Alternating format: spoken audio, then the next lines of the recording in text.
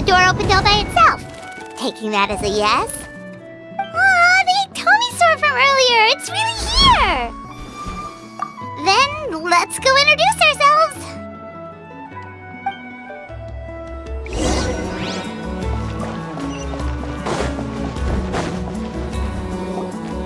Hello there,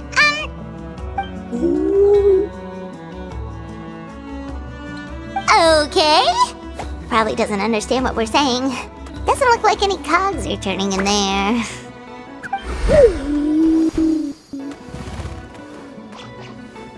Whoops! Sorry! No offense intended! You there! You dare disrespect our elder?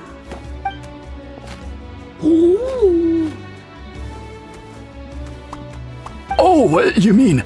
Oh, I see. Sorry, my mistake. Apparently you are here by invitation, in which case it's my job to make you feel welcome.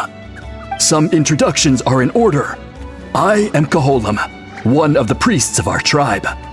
And this is our Iktomisaur elder, the great Tlapokpokteets-Tatel, a living totem among the masters of the Nightwind. Whoa, that's quite a tongue twister. In truth, we usually go with Elder Tlapo for short. You're welcome to do the same. Ah, I assume you're referring to our elder's special ability. Elder Tlapo has been alive for many centuries and harbors secrets that even we priests are at a loss to explain. So your reaction is entirely natural. But one thing I can say for sure is that Elder Tlapo has appointed the two of you to an extremely important task. For this reason, I would like to ask you to undergo a test. What sort of task? And what kind of test? If it's all right with you, I'll take you to see our chief. He's in a much better position to answer your questions.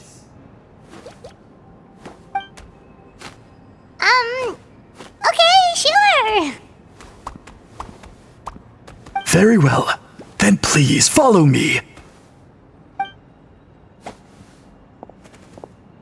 You can use this scroll to go directly to the obsidian altar, where the chief is. Don't worry, it's just one of the many mystical abilities of our tribe.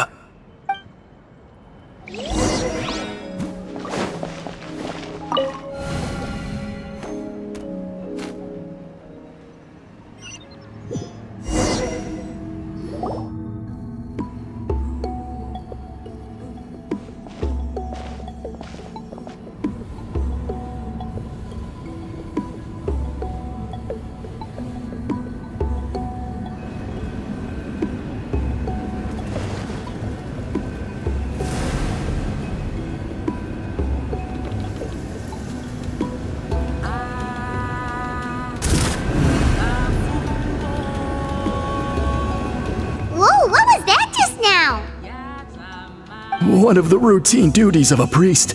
We attempt to contact the spirits of our ancestors to seek epiphanies and revelations. The chief is just over there. Please wait here while I have a word with him. I'll just be a moment. Well, the Masters of the Nightwind are definitely living up to their reputation as the mysterious ones.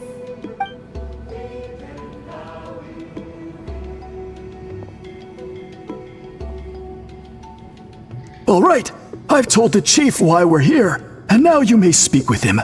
Right this way.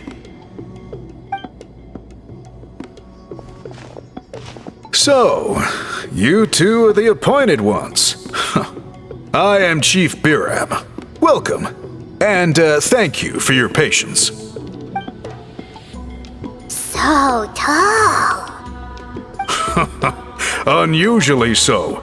Yes, I am aware. But I assure you, it's no cause for alarm. Oh, no, of course not. Sorry, Paimon just reacted without thinking. Ah, yes. Kaholam told me about that. As outsiders to our tribe, this is probably the first you've heard of such appointments. I'm sure the whole thing seems very confusing. Throughout our history, Only members of the Masters of the Nightwind have been appointed to undertake these tasks. This is the first time an outsider has ever been chosen. Really? Allow me to explain. Our tribe has an old tradition of recording history in the form of woven scrolls. And not just our own history. We record the legends and heroic feats of all other tribes as well. It is a tradition we have observed for many centuries. We treat it as a solemn duty.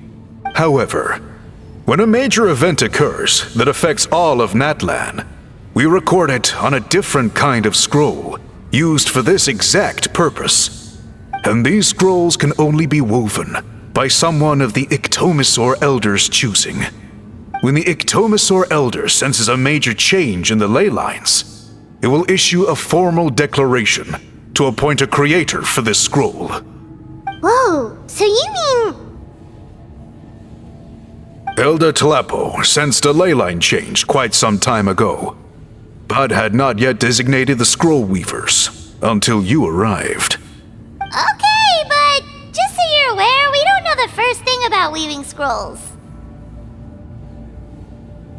As a matter of fact, that does not surprise me at all. How come? In the 200 years that Elder Tlapo has held this position, none of the appointed ones have ever been experienced scroll weavers. Does that mean 200 years of major historical events have gone unrecorded? No. They all submitted scrolls in time, yet each of them claimed it was not their own work, but a gift from the spirits. Man, this tribe gets more mysterious by the second. Yes, well, that is the part that troubles me. The notion that we have to rely on esoteric things like gifts from the spirits to record historical events of such great importance. It is unsettling. Huh. That's pretty surprising to hear, coming from the chief of this tribe. I can imagine. You probably see the Masters of the Nightwind as a people shrouded in mystery, who pride ourselves on our arcane practices. But I am something of an exception. I may be the chief, but when it comes to our traditions, I am in fact a proponent of change and reform. I have dedicated my energies to deciphering the many mysteries of our tribe. In doing so, I hope to establish clearer rules that will help sustain our traditions in the future. Wow, that sounds great! So have you figured out the mystery of the gift from the spirits? Sadly not. It is something I've been investigating for a long time, but I have yet to uncover what this gift truly refers to. Only a small handful of events over the years have been recorded on these special scrolls, with decades between each one. And by the time the next scroll weaver is appointed, my time as chief will be long gone. I will not be in a position to investigate as thoroughly. So... While I haven't gotten to the bottom of the matter, I have made some progress. But the only way I can develop my theories further is with the cooperation of the appointed ones. Precisely. It's nothing to be worried about. Simply a means of validating my current hypothesis. It shouldn't take you long, nor will it put you in any danger. I can explain everything in detail when we get to the site of the test. But first, please wait a moment while I change out of the soul-shielding cloak. This garb is one of our important cultural relics, handed down by generations of chiefs. It is only to be worn when conducting certain ceremonies. Oh!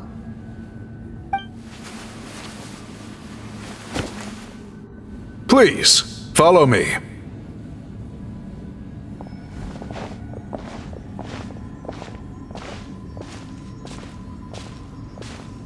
Do you see this scroll? If you touch it, you will enter a hidden space. Today's test is, quite simply, to find a way to escape that space. That's it? I assure you, it's not as easy as it sounds. If you cannot find your own way out, I will of course intervene to bring you back here. But then, we will be no closer to solving this mystery. Good. Simply touch the scroll to begin the test.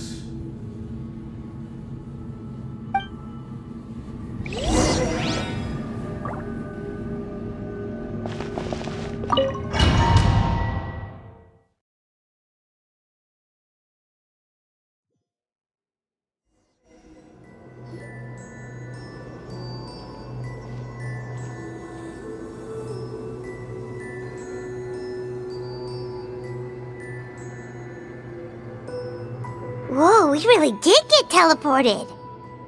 It seems like this place is completely sealed off. Doesn't look like there's an exit anywhere.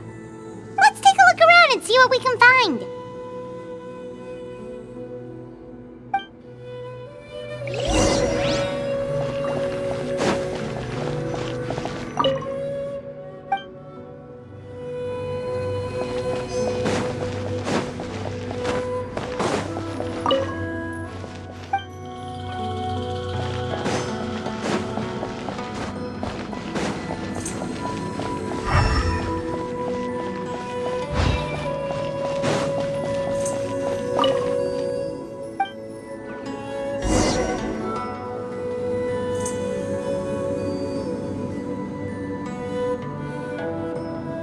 There are so many woven scrolls here. Paimon remembers seeing some of them before in other tribes. They seem to record historical events. This one really stands out from the rest. For starters, it's the biggest of them all. Wonder what's... Yeah, you're right.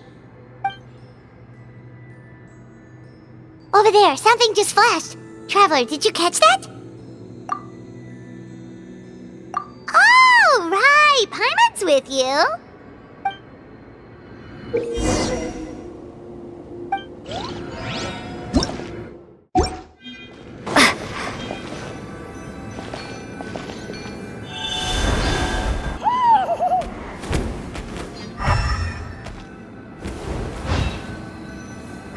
Aha! There is something hiding here!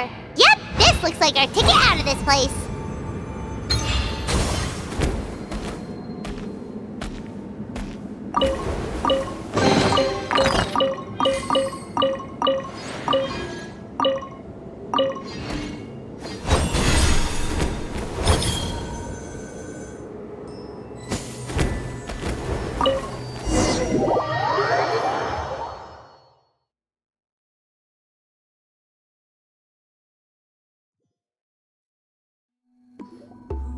Whew! We finally made it out!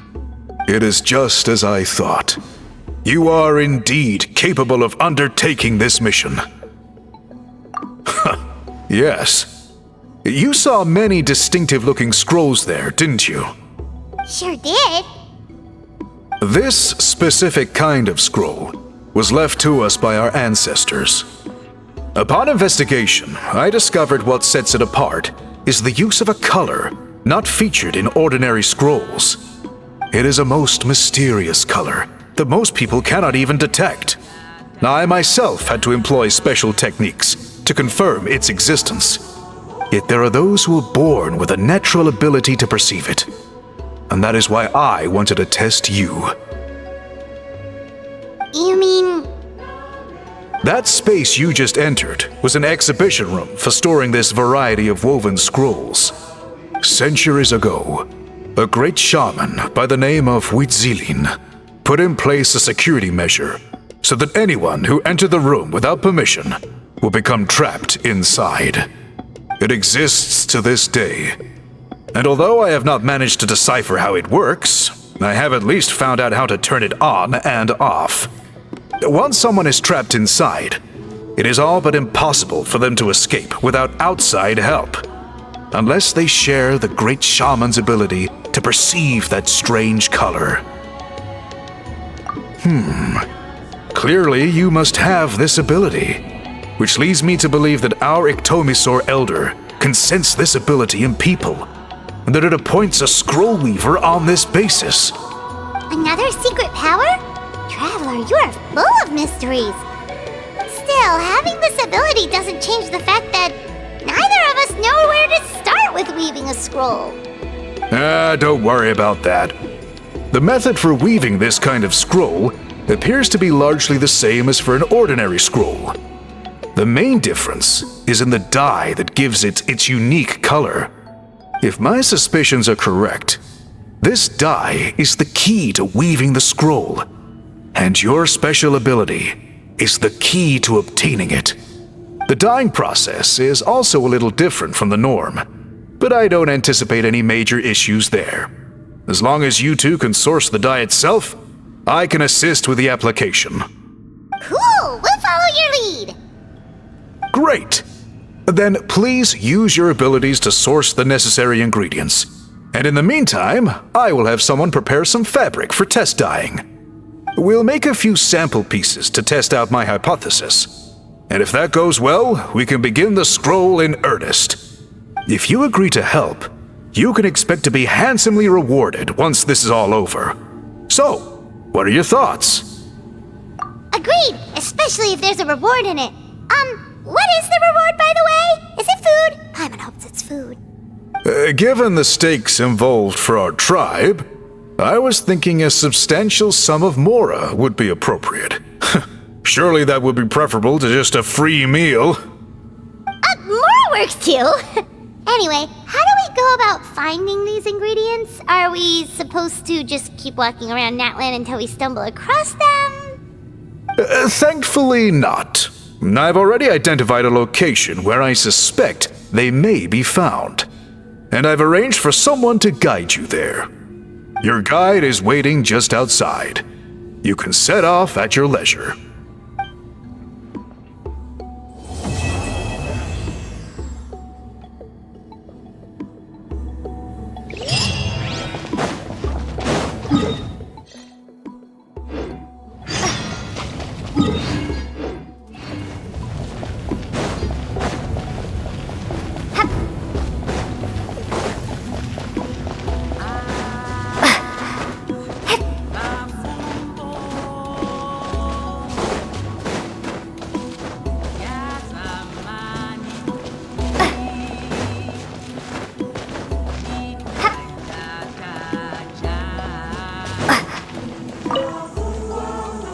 I take it you're the ones appointed by Elder Talapo? Yep, and you are... Call me Toltec. The chief asked me to be your guide for the day. His messengers already filled me in on the situation, so just follow me.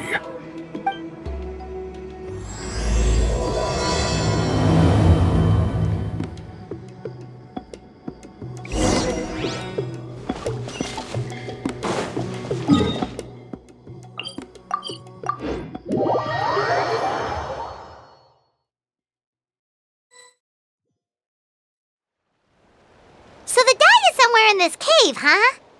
This is as far as I can take you. Only the appointed ones may proceed from here. Why's that? Kind of a long story. Apparently, there's a certain fruit that grows in this cave, the juice of which can be processed to make an excellent dye. Many years ago, our ancestors set out to make a series of ambitious works of graffiti art. They selected this cave to make them in, presumably due to the availability of the dye.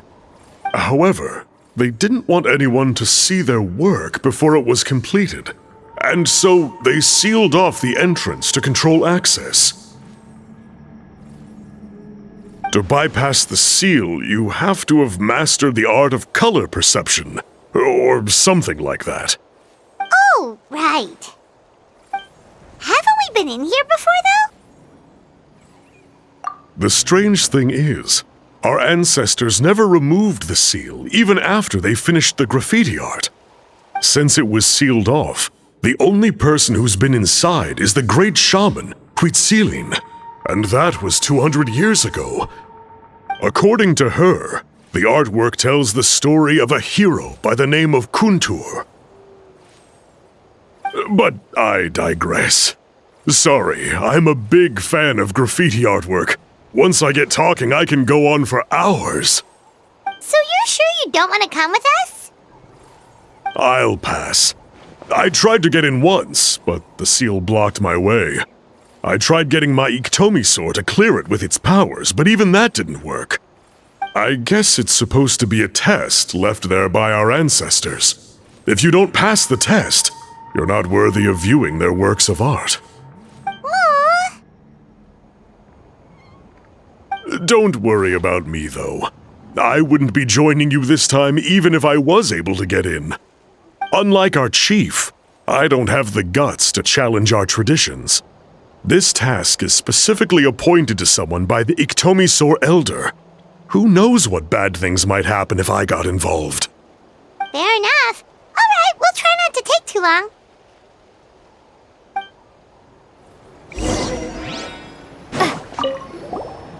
You two head on in. I'll wait right here.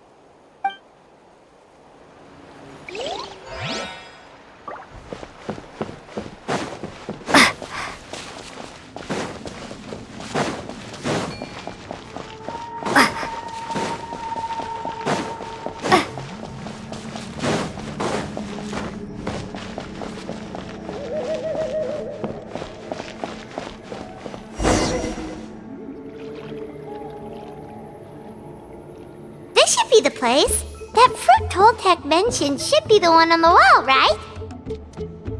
Paimon didn't notice it last time we were here. Now the only question is, which ones do we pick? Well, go ahead, try it out!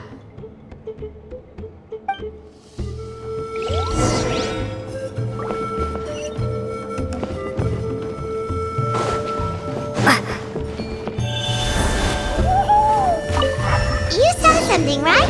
Whatever it was, grab it!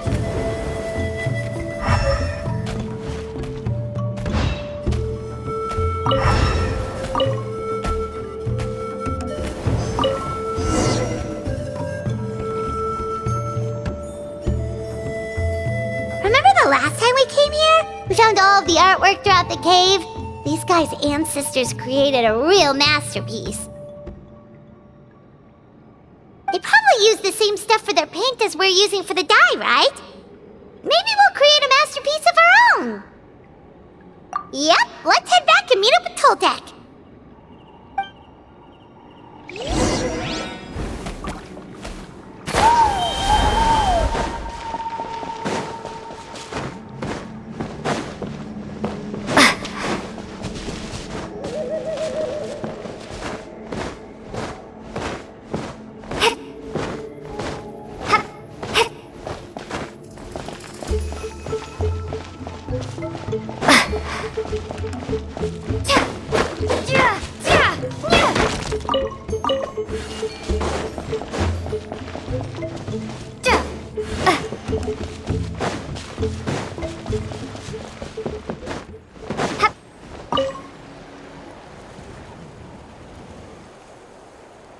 We're back, and we found the ingredients for the dye! Sounds like you made it through the seal then. Our Iktomi Elder was right about you. It's getting late. Follow me. I'll take us back.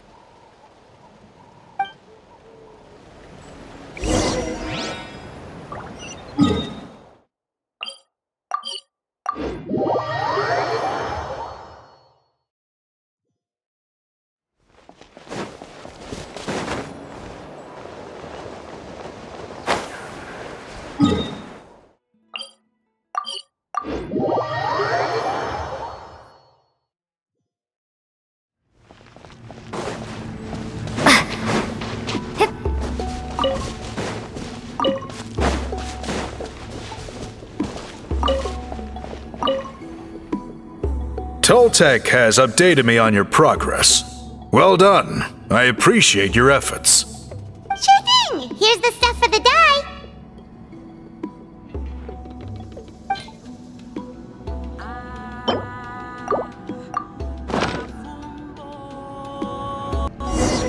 I see. Yes, this is certainly a very different substance from typical dyes. Okay, now let's try our hand at making some samples. The fabric is ready for testing. Got it! Please come with me.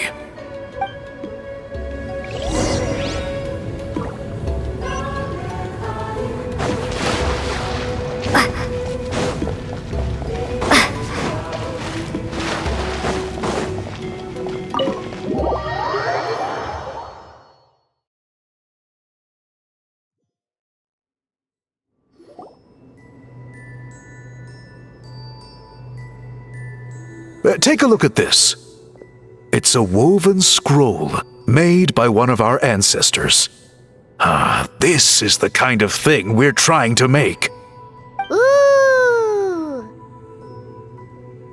The person depicted is the legendary shaman, Citlali. She lived 200 years ago and was once appointed by the Iktomisor Elder, like yourselves. She was especially skilled in the art of color manipulation, and of course completed her task with flying colors. This scroll is a record of her deeds, and was most likely the work of her own hand. The quality is simply breathtaking, even compared to other scrolls of this variety. Sadly, since she passed away, all of our Iktomisor Elder's subsequent appointees have had to rely on the gift from the spirits to complete their work. That's a good way of putting it. My only quibble with your phrasing would be, it's not just me, but us. Now Paimon's getting excited.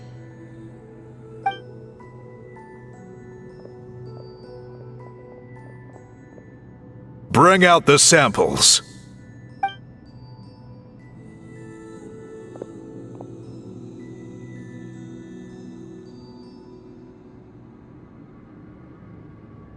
Now, as I mentioned, the dyeing process is a little complicated, but I am confident you will manage. Just make sure to follow my instructions carefully. The pattern has already been sketched out on the sample, so you just need to dye each block with the correct color. But you'll need to wait for the dye to fully soak in between each step to make sure the colors don't run.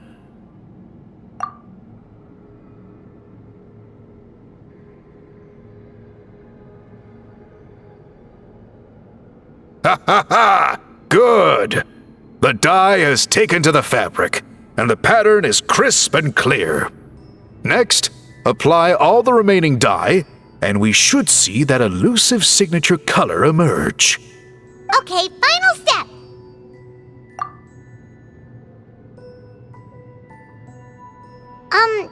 Did it work?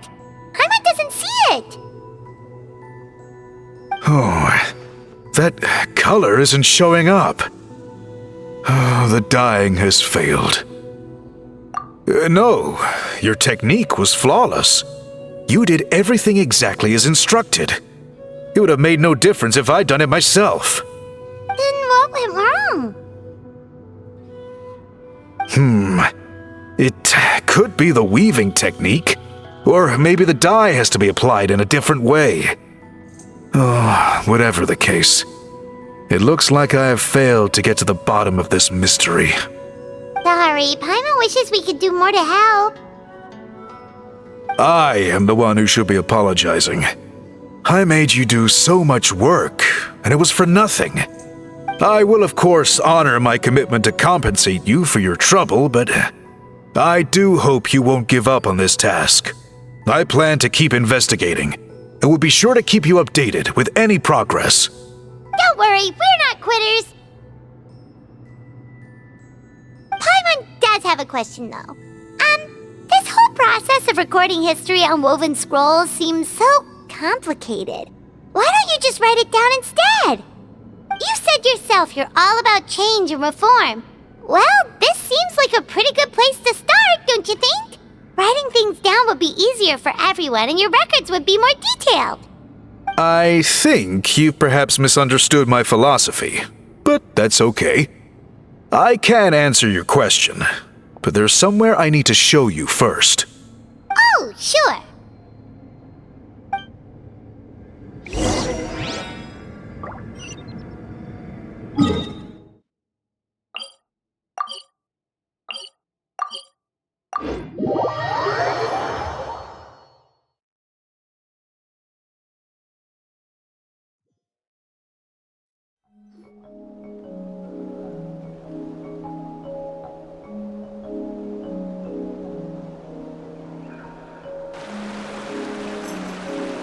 Cool. Look at this view. What do you think? It's gorgeous! Now, try looking a little further. Wow, that graffiti! In all the years since the founding of our tribe, those colors have been with us every step of the way. It is true that I seek to bring new life to this ancient tribe through change and reform. But I also understand there are certain foundational things that we cannot afford to throw away. The foremost of these is the way we record our history. Oh, that makes sense. Since the very beginnings, our tribe has always sought to bring color to history. And I have a deep sense that this is one part of our heritage that we should not give up. So, whatever it takes, I must find a way for us to continue producing our traditional woven scrolls. You're completely right. Paimon's sorry for what she said earlier. It was out of line. It's quite all right. I'm just grateful you're able to understand where I'm coming from. Then let us hope that when we next meet, we succeed in reviving this tradition.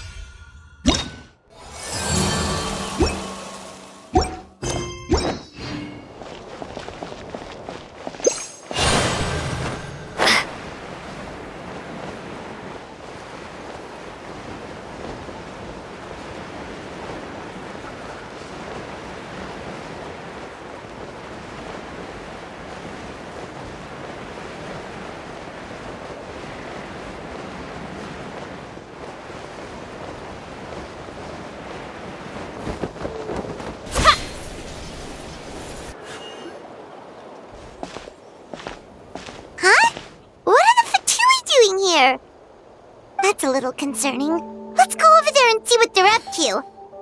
Also, how did they get this close to a tribal settlement? All the Fatui left in Natlan are probably the captain's subordinates. That basically makes them followers of one of Natlan's heroes. Still, once a Fatoos, always a Fatoos. Something seems off seeing them here. Let's go check it out.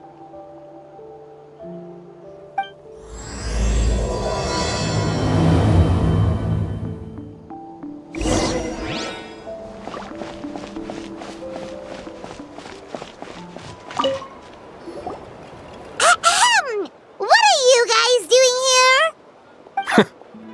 Following orders. If you have a problem, take it up with our employer. Hey, what's with the attitude? Can the Fatui even work for a private employer? This is Grudok. I hired him to be my bodyguard in Natlan. As you can see, he's not the sociable type. I'm sorry for any offense.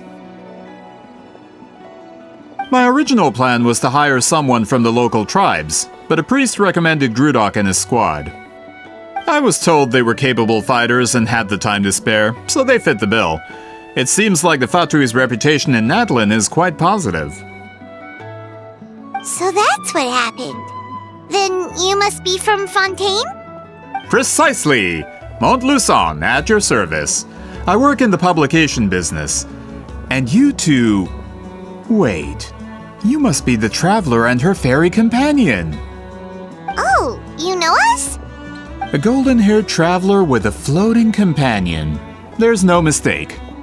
Your exploits in Fontaine have all the makings of a best-selling series. I'd be a failure of a book merchant if I couldn't recognize you. Wow, we're really famous at this point, traveler. It's truly my lucky day. I know this is sudden, but I was actually looking for you two. You see, I have a favor to ask. So, you chased us all the way to Natlan? That's a little creepy. You'll be generously rewarded, I promise you. Well, at least he got straight to the point. Should we hear what he has to say? All right, we'll hear your request. You know the great shaman Citlali, right? I need her help with something. chances of her helping a random stranger just because we asked? Yeah, Citlali really doesn't like dealing with strangers. I heard about that from other members of her tribe. But they told me if one person could convince her, it would be the golden-haired traveler. If you manage it, I'll even double your pay. Oh yeah, we should definitely get to the bottom of that first. It's kind of a long story, and there's tribal history involved, so you should hear it from an expert. Alie, if you could. Of course. I don't often have an eager audience for this kind of thing. Nice to meet you. The name's Alie. I'm a researcher from the Fontaine Research Institute. Unlike most researchers, I have a keen interest in ancient ruins. That's why I was invited to join Monsieur Montluçon's team.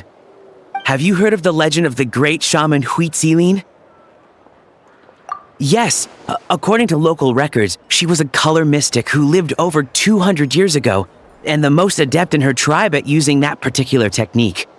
Out of all of her exploits, her most celebrated is the Battle of Seven Colors. According to legend, the battle was triggered by an abyss invasion, one of the most brutal in Natlan's history, even from a greater historical perspective. Amazingly, Natlan was able to turn the tide despite being at an extreme disadvantage. The key to victory was none other than a color Citlali created on the battlefield. The color was extraordinary, illusory in appearance while also seeming to possess physical form. Legend has it that Citlali used the color to construct a magnificent maze on the battlefield and trap all the enemies inside. This allowed her allies to launch a counterattack and ultimately secure victory. Anyway, that's the gist of it. We don't want to take up too much of your time. That story is the reason I came to Natlan. I often publish books about the history of other nations. They always end up faring well on the market. When I heard this story for the first time, I wanted to include it in my next collection, but historical records about Natlan aren't very detailed. We haven't been able to determine where the battle took place, or find any definitive evidence that it occurred at all. Even within the Masters of the Nightwind, people dispute the legitimacy of the story. Some believe it to be a myth. If that were the case, the story would not be fit for publication. But if you're just including it in a story collection, why does it matter if it never happened? Well, you see, the slogan for the collection is Restoring the Truth of History. Naturally, I need it to be factual. That's why I'm here. The Masters of the Nightwind are said to have a tradition of recording past events, so I wanted to consult their records. But I was refused access to the Obsidian Altar. Application after application, and all I received were a few ordinary woven scrolls with nothing to offer. Honestly, I'm just trying to promote their history, and they make such a fuss. According to my research, their scrolls are considered sacred relics in addition to historical records. Naturally, outsiders are rarely granted access. Not to mention, the scrolls we did get to review actually contain a huge amount of information. I just need more time, and I could... We've been over this, Alier. There's no need to waste time on those scrolls when we have a better way. Citlali, you mean? Exactly. You're well aware, I'm sure, that Citlali has been alive for more than 200 years. That means she lived during the era of the Battle of Seven Colors. If she agrees to be my consultant, then no other historical records are necessary. Oh, that's what you want. So, what do you say? I'll quadruple the pay if it helps sweeten the deal. Well, it's not that we don't want to help you. Oh, right! The duty the chief gave us has a lot to do with Citlali. Who knows? The Battle of Seven Colors might lead us in the right direction. All right, we'll help you convince Citlali. Just let us do the talking, okay? Of course.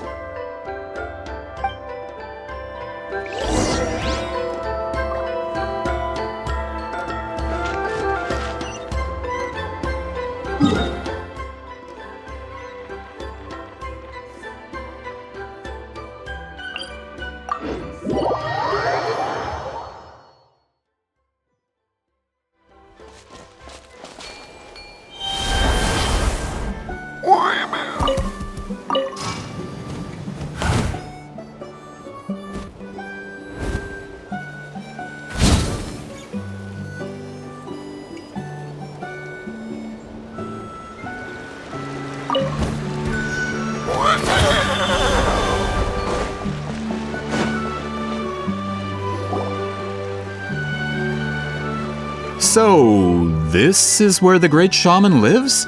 A bit far from civilization, isn't it? I hope the person who pointed us in this direction wasn't mistaken. For someone like Citlali, it actually makes a lot of sense. Is this graffiti her work too? I wonder if it's a cultural practice. If I could just copy it down, We're here for a reason, Alier. As agreed, you two can do the talking, and we'll wait for you here. Okay, we'll go knock on the door. Hopefully she's not hungover.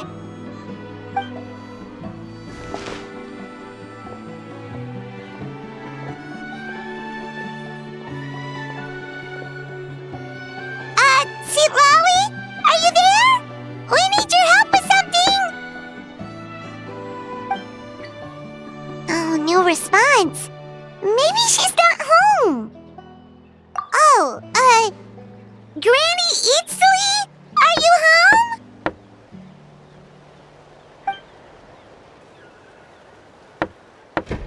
Hey, kid! If you're here to challenge me, book an appointment first. Traveler!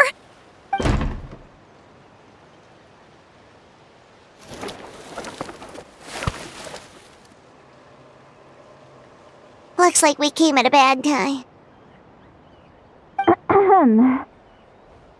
Are you still there?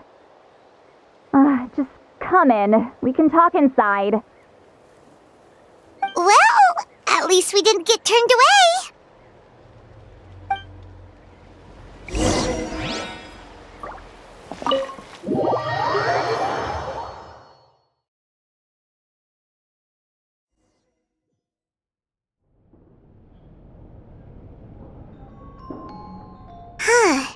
So this is where Citlali lives. I, didn't have time to fully clean up the place. Complain if you want. Menial housework means nothing to a great shaman like myself.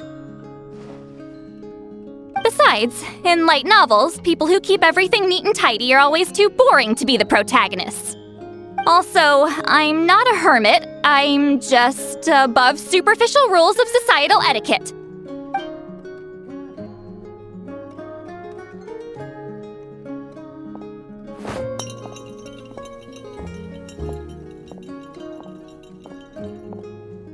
She sure does care a lot about what we think of her. Oh, and that spell I used to transfer my senses to you, you're not still, experiencing the side effects, are you? It's my duty as a great shaman to check that kind of thing. Oh, you mean when we could hear your thoughts? Nope. It's been so long, we don't have to worry about that anymore, right? Then why do I hear the traveler's thoughts in my head? What?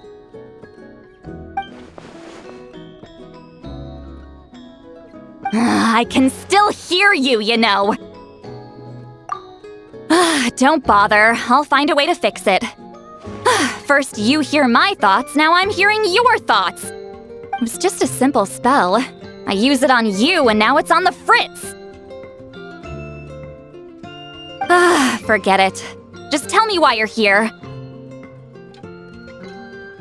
Well, someone asked us to ask you to be their consultant. They have questions about the history of Natlan. So they asked the hero of Natlan to put in a good word? Sounds like they know I don't usually trouble myself with other people's problems. The pay is really good.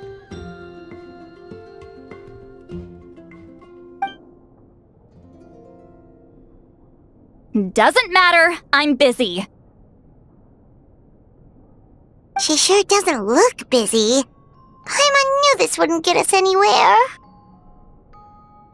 From you? Yeah, we were given a sacred duty to help your tribe weave a special scroll. Huh? So, you're the appointed ones this time? We were surprised too. After all, we have no idea how to weave a scroll like that. But with Chef Biram's help, we were able to make some progress. We still haven't succeeded, but we learned that the key to weaving the scroll is a special kind of color. The historical event those men want to ask about also involves color. If you help them, you might end up helping us too.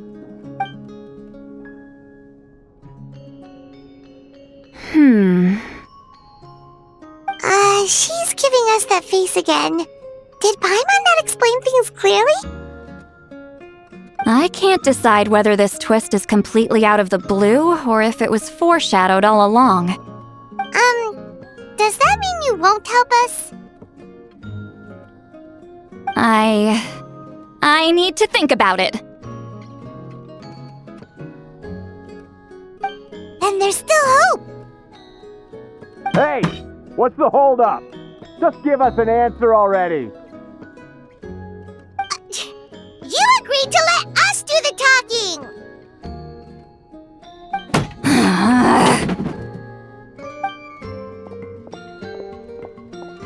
Citlali!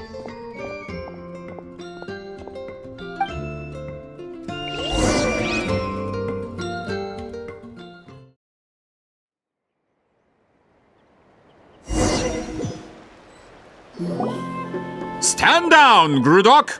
As your employer, if I tell you to wait, then you wait. Understood.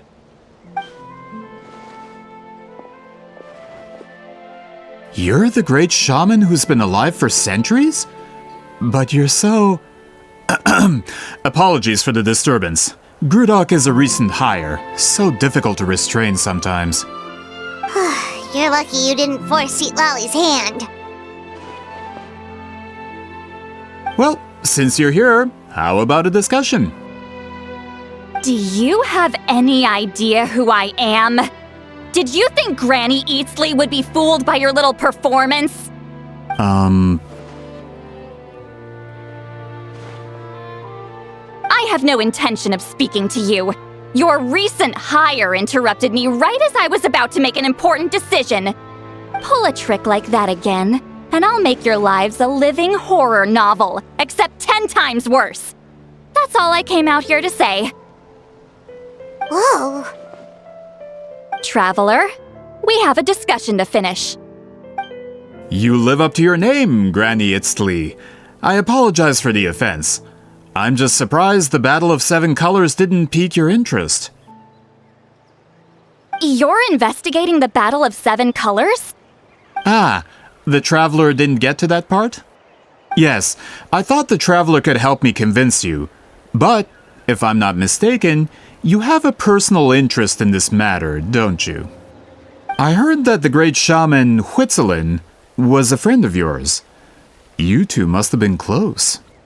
If I can resolve the controversy and prove the battle took place, I'll include it in my next collection.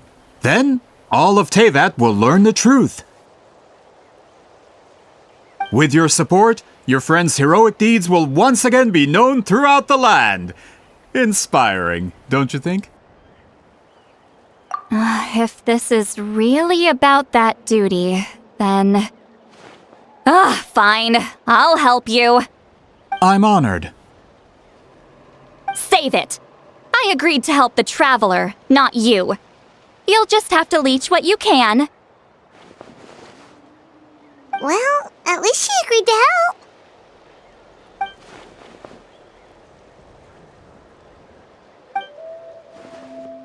Who are you calling heartless? Not a problem. I always planned to work with the Traveler. So, did you directly experience any events of the battle? Do you have any idea where it took place? Can you think of any relics we could use to prove it? Talk at me, why don't you? Fine. No, no, and no.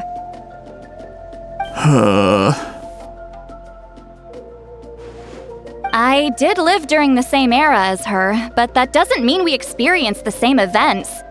I've lived a long time, but I'm not a walking encyclopedia. You decide the angle of your investigation, and I'll provide answers if I'm familiar with the subject. All right. Even if you didn't witness the battle yourself, you still lived through that era. Your insights are very valuable. Alier, you had an idea about where to start, yes? Oh, well, my plan was to consult the members of the tribe in charge of recording history. Then, let's start there. Traveler, what do you say to officially working together? After all, it appears I can only get Miss Citlali's help through you.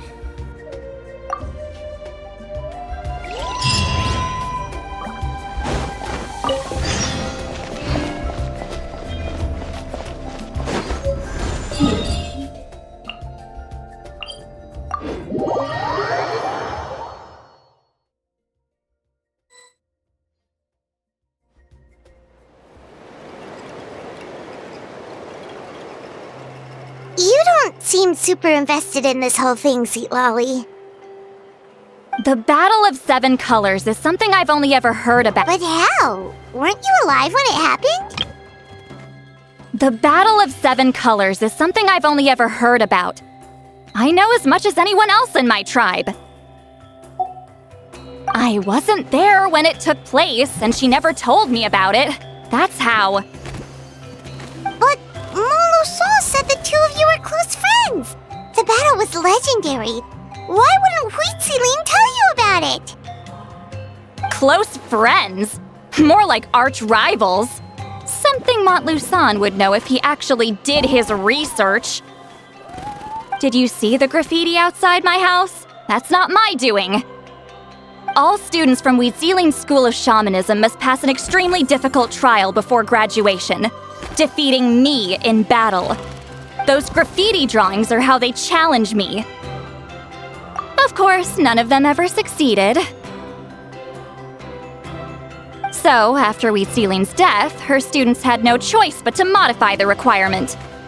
Instead of defeating me, all they have to do now is last long enough.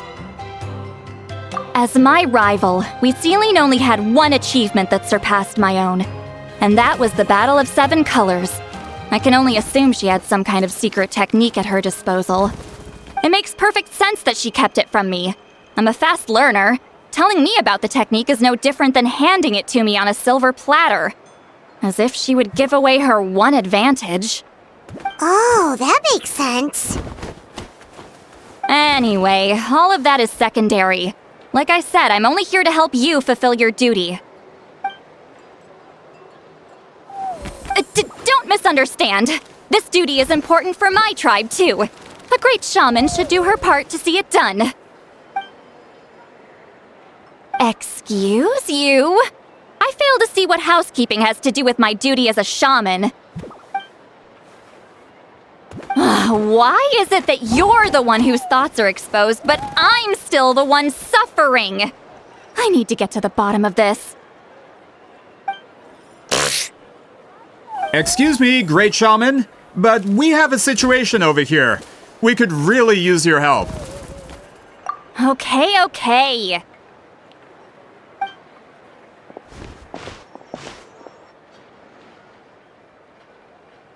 Of course the Battle of Seven Colors happened. The woven scroll proves it. Citlali used a mysterious color to construct a maze and trap the enemies inside. That's just your interpretation. There's more than one way to understand that scroll. Besides, constructing a maze out of color is ridiculous. Citlali was one of the most powerful shamans of her time. She definitely could have pulled it off. That's the biggest problem. She had students. Why not pass it down? A technique that powerful? And no shaman since has ever used it? Her students are keeping it a secret, of course. If you knew a technique like that, you'd be a fool to show it to just anyone.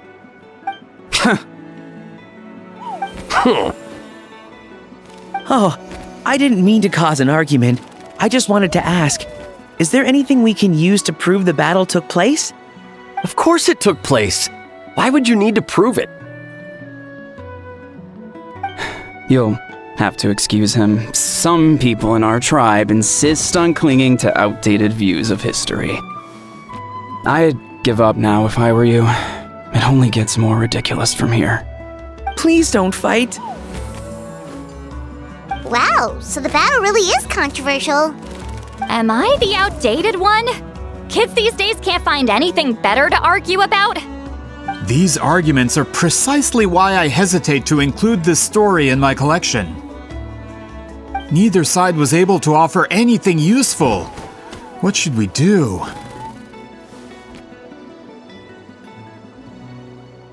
Citlali was a passionate teacher. We were opposites in that sense. The technique she used in the battle must have been her masterpiece. There's every reason to pass it on. Still, if the technique is powerful enough to single-handedly stop an invasion, it also makes sense that her disciples would keep it a secret. We should check with the students from her school.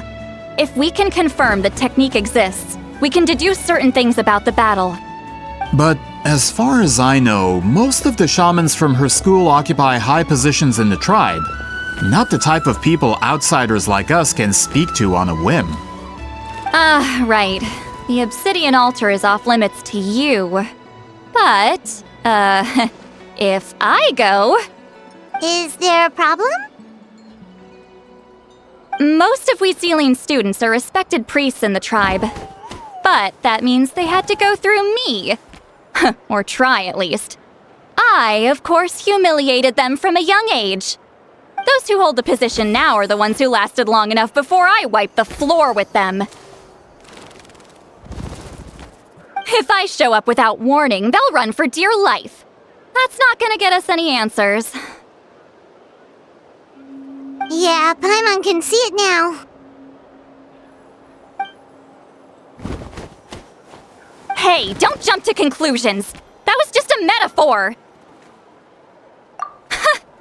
Only you have the guts to joke like that with me, traveler. Fine, I said I'd help, so I'll help. But don't blame me if it goes wrong. Alright,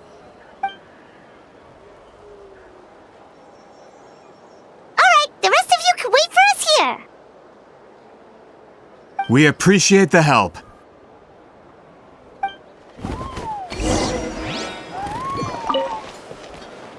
Natlan's history is full of intriguing mysteries. It's too bad I can't talk to those priests myself.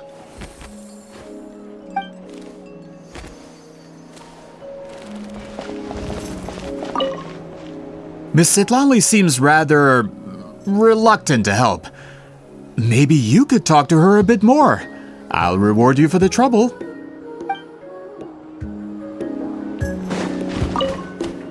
Got a problem?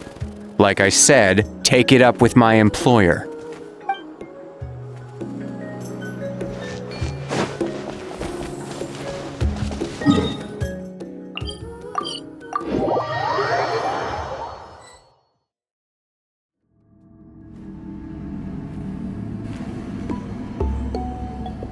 Oh, are you in the middle of a ceremony? Granny Citlali?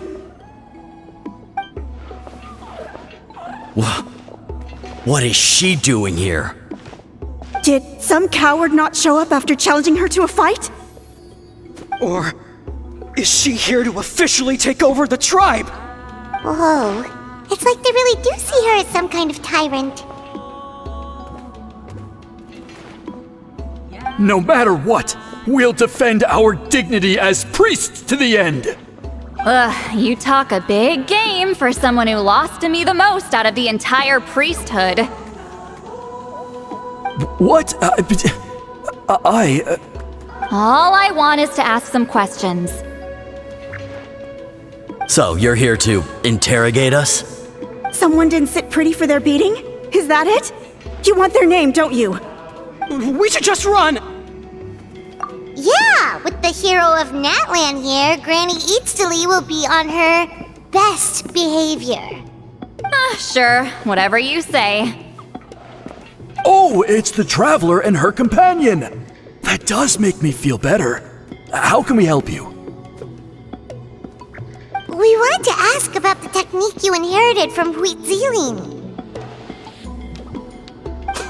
So you can eradicate our school once and for all? Disciples of our school have challenged her year after year, just as our master instructed. Sounds like she's finally had enough. Well, you're not wrong. If we want to protect our legacy, one of us needs to run! Not this again. Just how much did you traumatize them, Citlali?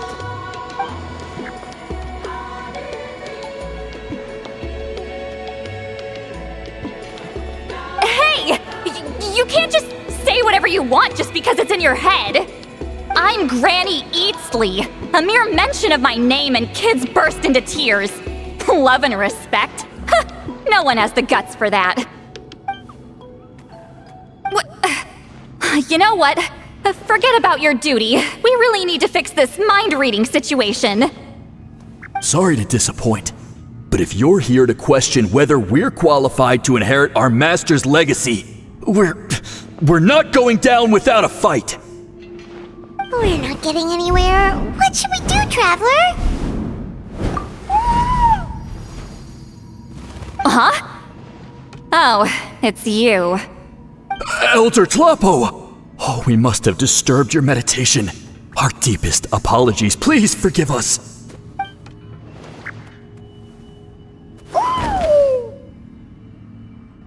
Did Elder Tlapo just issue a declaration? From what I can tell, in a single word, the message was... friend? Is Elder Tlapo telling us to treat Granny Eatsley as a friend? That's not possible, is it? Oh, you forget yourselves, my friends. You are esteemed priests of our tribe. Where are your manners? But Chief! I didn't expect to see you here, great shaman. My sincere apologies for the lack of hospitality. Well, I wasn't exactly planning to come to this crowded place. So you can save the pleasantries, Chief. I'd rather get this over with. Understood. Now, as successors of Citlali, I understand your friction with Granny Eatsley. However, Elder Tlapo's declarations have always showed us the correct path. You would do well to respect his counsel. So, mind your manners and allow Granny Eatsley to ask her questions. Good thing Elder Tlapo and Chief Biram are on our side.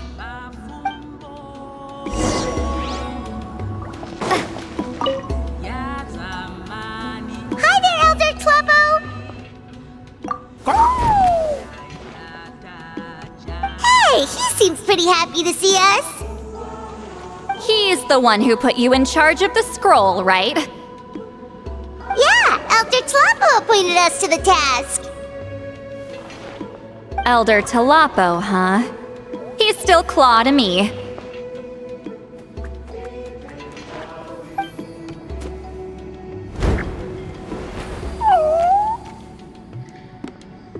Hey, don't pull that cutesy stuff with me. You're an Iktomi-Sor Elder now. You occupy an eminent and important position within the tribe. So, you already know each other? Claw was only this big when we first met. He was Citlali's Saurian companion back then. She kept dragging him to my place, so over time, we got to know each other. She only came to my place to fight me.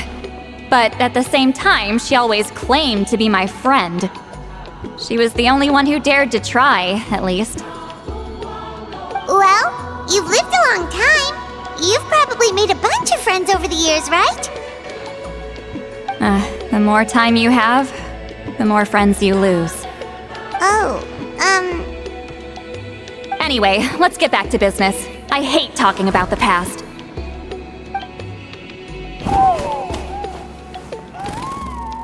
Oh, 200 years and you still haven't given up, Claw?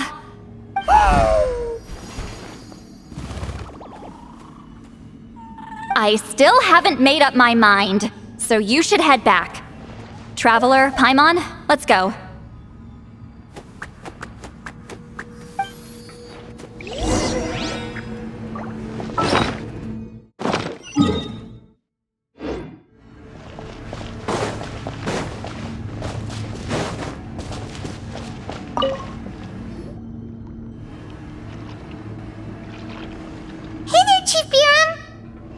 Oh, wait. We haven't reached out since the last time we failed the task, huh? I'm just grateful you haven't forgotten that duty. Actually, Actually, we have good news! We found another clue! I'm all ears. It's the Battle of 7 Colors. Huitzilin's claim to fame? That sounds promising. But the battle took place hundreds of years ago. An investigation is bound to be difficult. True, but Granny Citlali promised to help. Is that so? Huh. I've tried seeking her help in the past, but I never managed to coax her out. You should cherish this opportunity. Hey, don't complain! None of the previous chiefs succeeded either. Forgive me. That wasn't my intention. It was a comment on my own failings. Paimon said you've been trying to figure out how to weave the special scroll. It is my duty, great shaman. Why bother? The scrolls always end up completed on time. So what's the point of figuring it out for yourself? If I may, this task concerns the history of Natlan as a whole. And in many ways, history is the memory of a people. Memory is sacred to our tribe. I'm sure a great shaman understands that better than a humble junior like myself. Something this important cannot be left to baseless rumors. I know you don't concern yourself with the daily affairs of the tribe, Granny Citlali. Even so, as a priestess, I trust you wouldn't leave something like that to chance. I get your point. Of course, the one time I wish you could read my mind, it doesn't work. No, that's not it! Huh? It's not important. Rest assured, Biram, with my help, the Traveler and Paimon will definitely be able to complete the task. You have my thanks then.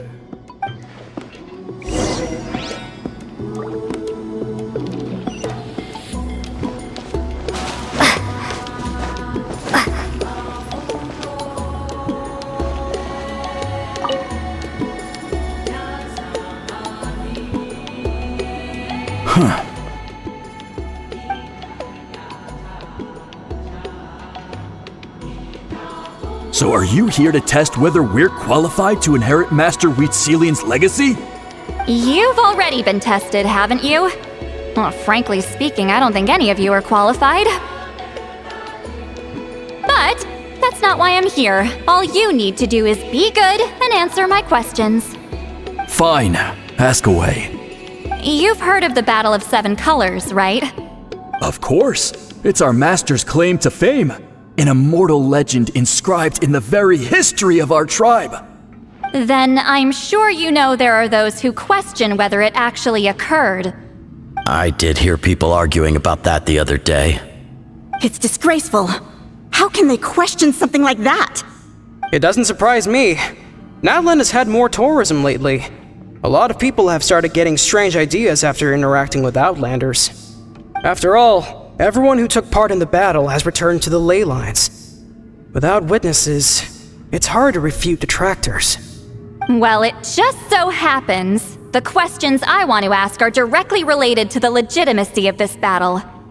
Listen, we know you were rivals, but do you really have to question her legacy? You think she's like you? Someone who can't survive a little scrutiny? No, of course not. Then let me finish. During the battle, Huitzilin most likely used a technique powerful enough to turn the tides of war. I'm sure she was very proud of it. Proud enough to pass it on to her disciples. So, which one of you inherited that technique?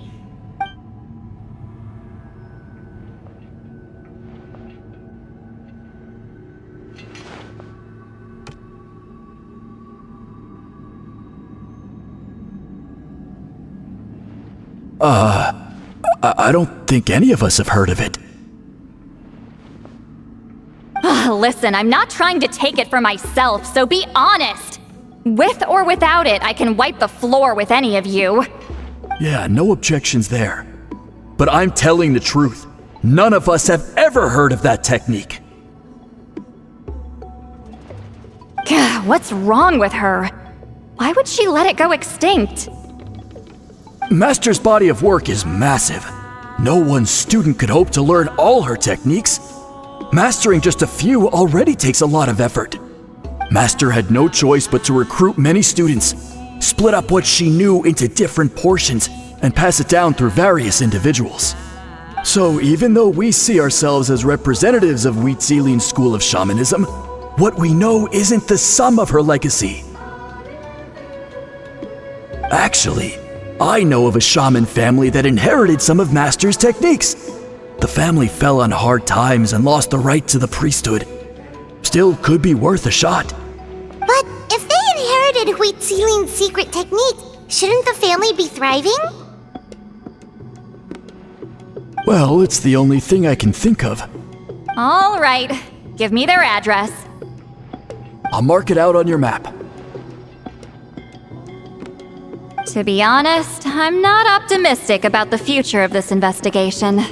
That's because the request came from you. You don't know the power of your own words, do you?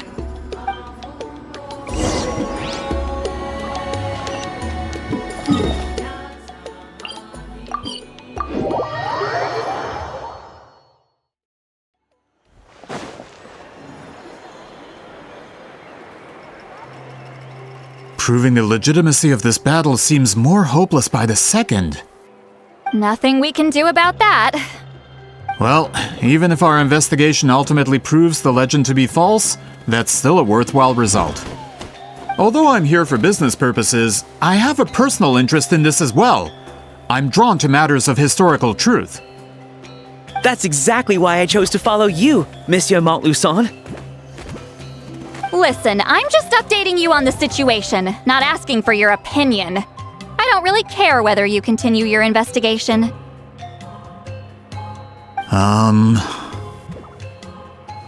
And Traveler, you came to me for help with your scroll weaving duty, right? You thought looking into the Battle of Seven Colors could give you answers. That's understandable. But based on our progress, I'd say this is a dead end. Instead of wasting time, you might consider taking a different approach. I'll try to think of another way to help you. Respected traveler, let's not forget about the compensation I promised. You shall have it in full. Extra, if that's what it takes. What makes you say that? Yeah, based on what you've told us so far, it kinda seems like there's unresolved tension between you two.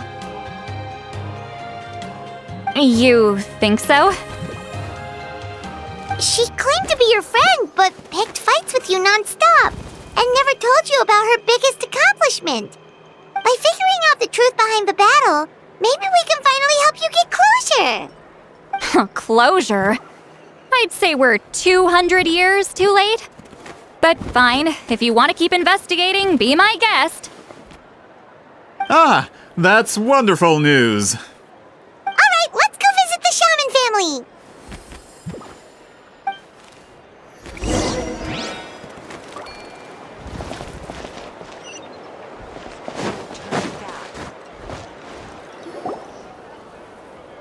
Hello, are you a shaman? Yep, that's me. Huh? Granny Citlali! Get up! In a crowded market like this, the only person who should be trying to hide is me. My apologies. Ever since my grandfather's generation, the shamans of my family have given up on passing your trial, Granny Citlali. Have we offended you in some other capacity? Man, this is generational trauma at this point! Whenever I misbehaved as a kid, Grandpa would tell me about the thrashing he received from Granny Citlali. I still get nightmares about it sometimes. Hey, don't get any funny ideas. This was your idea, remember?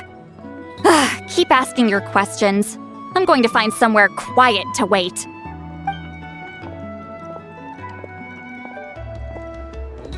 Okay, so your family studied under Citlali, right? Yes, although that pretty much ended with my grandfather's generation, unfortunately. The techniques my family learned from Citlali didn't have much practical use in terms of tribal affairs, so during my grandfather's time, we quit the priesthood.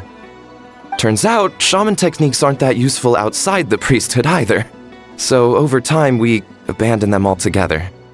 Of course, it's possible that we were just too foolish to understand the true power of those teachings. After all, Citlali was a genius. None of her students have been able to fully reproduce her talent. Do you know which techniques were passed on to your family? I'm not sure. As a kid, I remember hearing my grandfather talk about them, but it's not like I can use them myself. Just think about it for a sec. Do you remember anything about a technique that can decide the outcome of a battle? Decide the outcome of a battle? No, I don't remember anything like that. Besides, my family wasn't really known for our talent. If a technique like that exists, I doubt Citlali would pass it on to us. You might have better luck asking one of the priests. They're descendants of Citlali's most gifted students. Well, looks like we're back where we started. Still no definitive evidence the Battle of Seven Colors took place. Alier, do you think we have enough to draw a conclusion?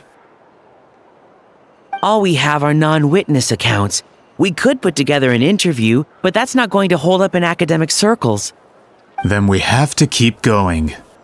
Oh, you're investigating the Battle of Seven Colors? Yeah, you know about it?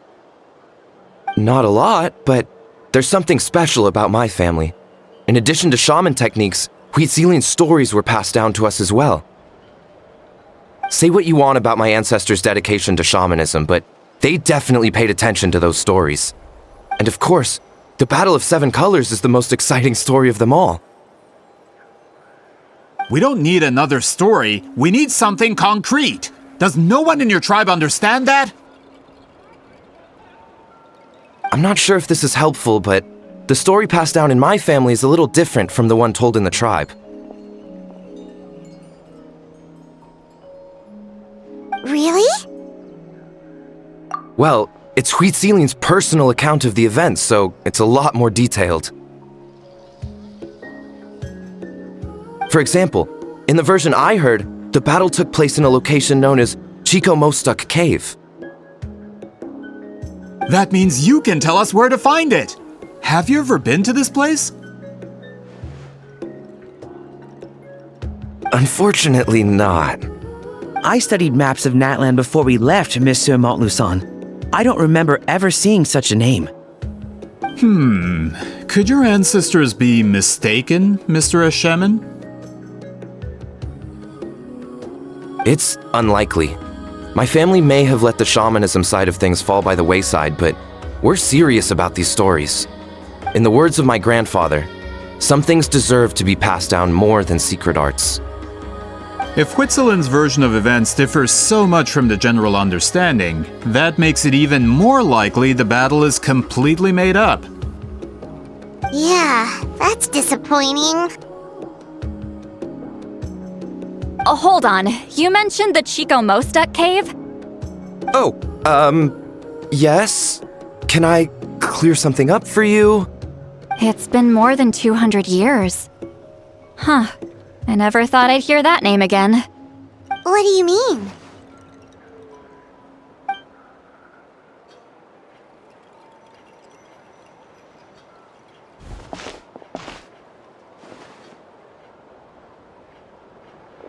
That location is now known as the Valley of Fog.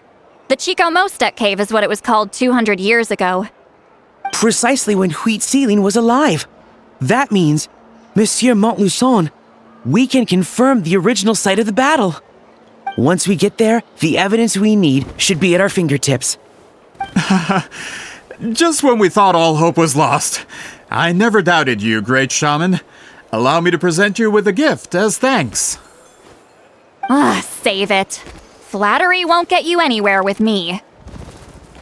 Wait, Mr. Montluçon works in publishing. You're a huge fan of light novels, right, Citlali? Maybe he could get you some that are out of print. Really? Out of print, huh? Sure. Do you have any in mind?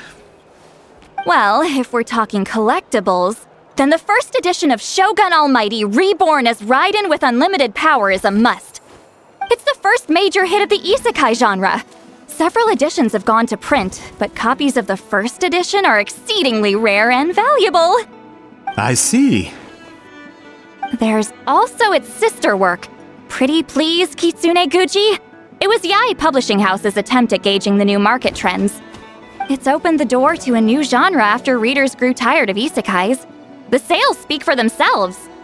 Actually, Yae Publishing House released a limited edition not too long ago, but it's almost impossible to get. Anyway, I'll take those two. Sorry, I'm not sure I caught all that. What were the titles again? Reborn as Kitsune Guji? These two titles are among the most successful and well-known works in the entire industry. You're telling me, as someone who works in publishing, you've never heard of them? I'm a merchant from Fontaine, after all. Regarding this particular genre from Inazuma, I'm afraid I lack your level of expertise. Huh. Amateur. Of course! Sounds like a perfect arrangement. Now, there's no time to waste. We should head to the site of the battle right away. Once we get there, it'll take a bit more work to determine the actual location. Right now, all we have is a general idea. Well, I'm sure Miss Citlali can help us with that. Have you even looked at the time? It's already evening, and I have important plans tonight. You expect me to work through the night? Well, what do you think, traveler? Okay, we'll find a place to rest for the night. When should we meet tomorrow? He's persistent, huh? How about noon? Do we have to wait that long? Great shamans have important matters to attend to in the morning. That's only because I have important tasks to complete at night. All right, as Miss Citlali instructed. Let's meet back up tomorrow at noon. We'll be waiting at the exit of the tribal settlement.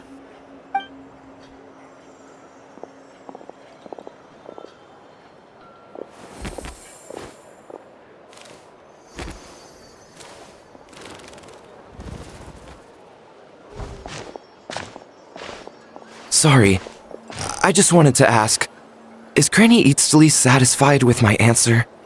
Yeah, of course. You really helped us out. Oh, good. I'm glad I didn't offend her somehow. You're really that scared of her?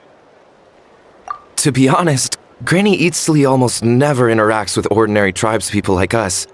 Everything we know about her comes from rumors. She's a powerful shaman who's lived for over 200 years. As a great hero, you're probably the only one who isn't intimidated by her.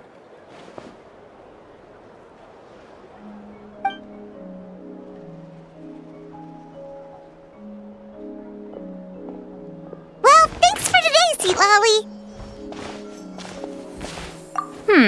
That's quite considerate of you. All right, let's grab a few drinks. Just like last time. Wait, didn't you say you had important plans tonight? What did you think I meant? Does that mean you've gone drinking every night for the past 200 years? Now Paimon's worried about your health. No, I've had enough socializing for one day. I know somewhere quiet. We can just buy some drinks and head over.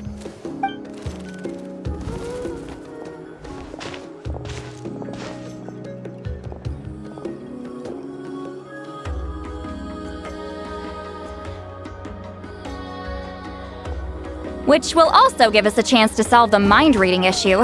Considering the necessary spell work, I'd rather do it in private.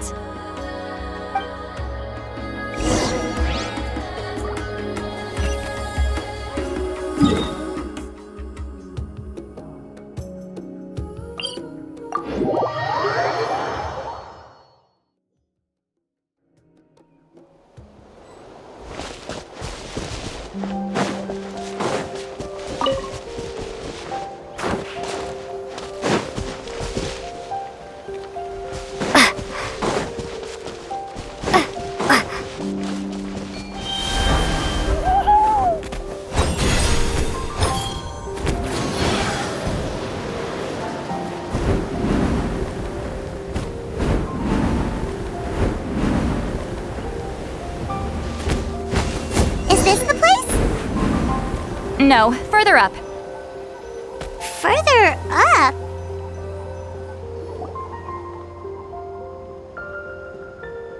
Whoa, this is like a secret base! Sometimes I want the fresh air, but not the company. So I come here. Let's see if my stash is still here. Ah, great! The halberd crest birds didn't eat my snacks.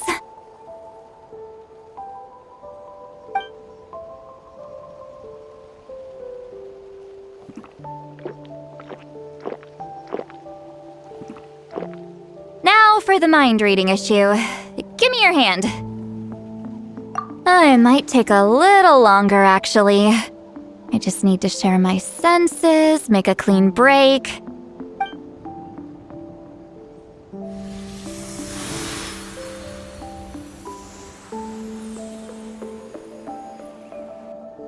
And that should do it, right?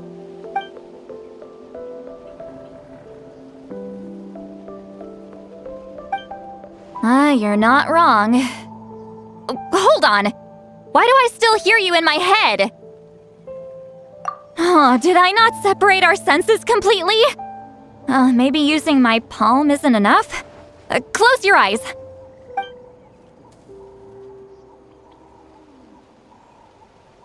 Oh, please work, please work. A great shaman should be able to handle this. Okay, what about now? Huh? And now? Huh. Whenever I try to remove the effect, it just flips direction and gets worse. That was just to help with the spell. Ah, shoot. I still hear you.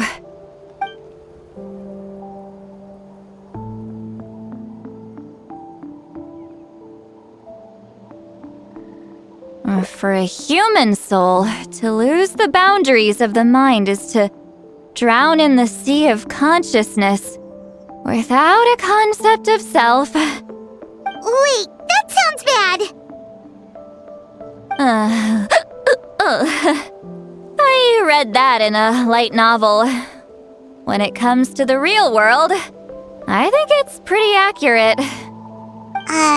Is Citlali drunk? She's not making much sense. Anyway, we'll just have to leave it for now. Hearing the traveler's thoughts isn't that bad, right? You should just tease her. That's what Paimon would do. It's just... I'm not good at this. I'm not used to being close to people. Sorry, I said we could be friends, but I guess I'm not ready. I'm used to being Granny Eatsley. Someone intimidating, someone people are scared to approach. I don't have to deal with people that way. Yeah, Paimon's been wondering. Why do you insist on living so far away?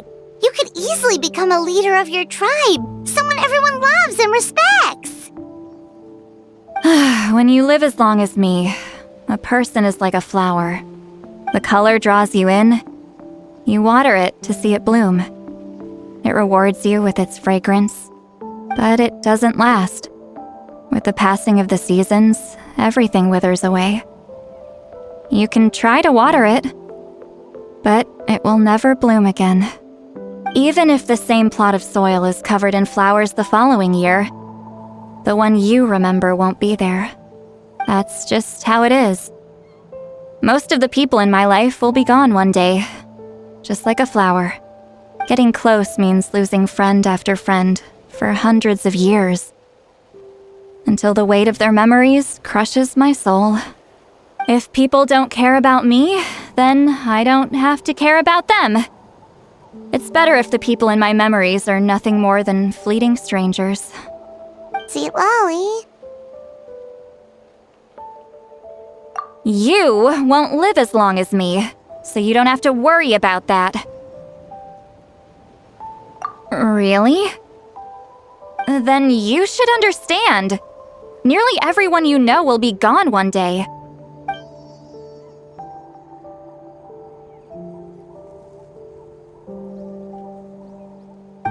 Traveler?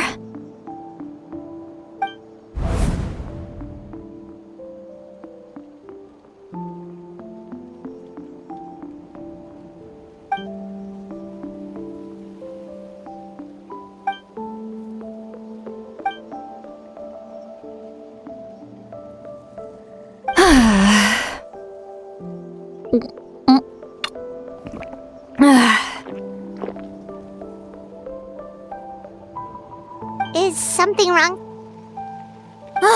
Stupid mind-reading side effect won't go away. It's not like I want to hear you complain about me all the time. Okay, she's definitely drunk. Citlali, maybe take it easy? At this rate, you might sleep past noon tomorrow. I'm not drunk. I remember everything the traveler said. Just gotta think of a response. I'll think of something. Uh-oh, not this again. Is she asleep? I'm fine. Is she talking in her sleep or talking to us? She seems kind of out of it.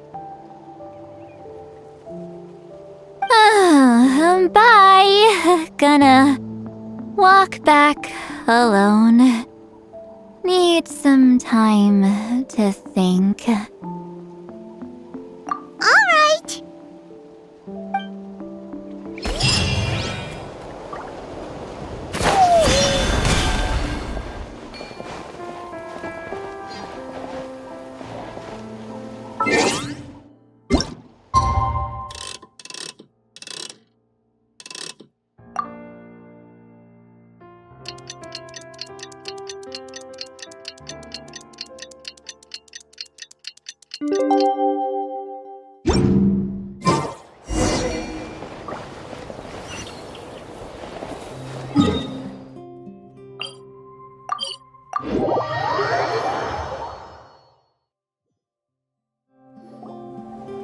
This should be the place we decided to meet yesterday.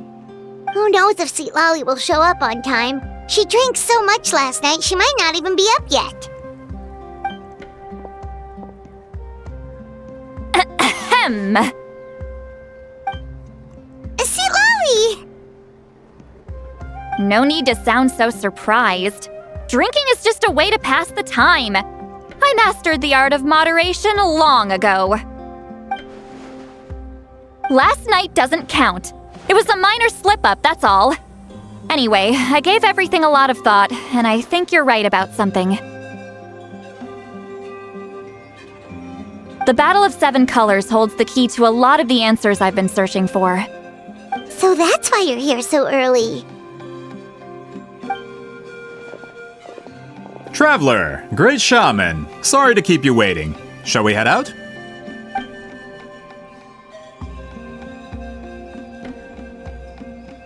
Just follow me. I'll confirm the location myself. Of course.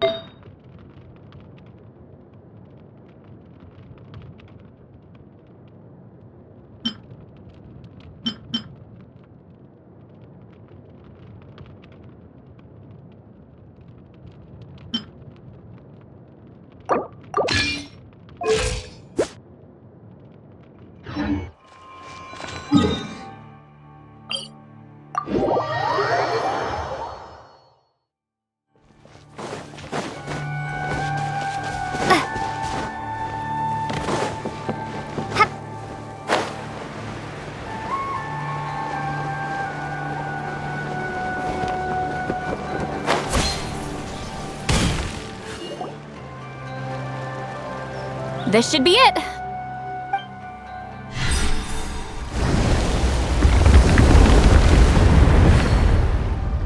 So the battlefield is inside this place.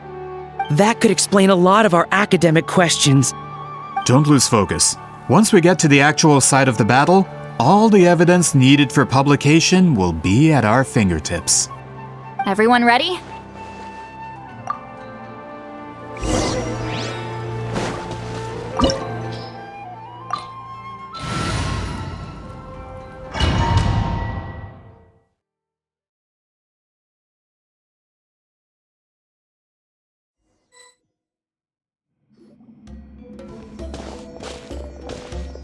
So the Abyss invaded through a cave like this?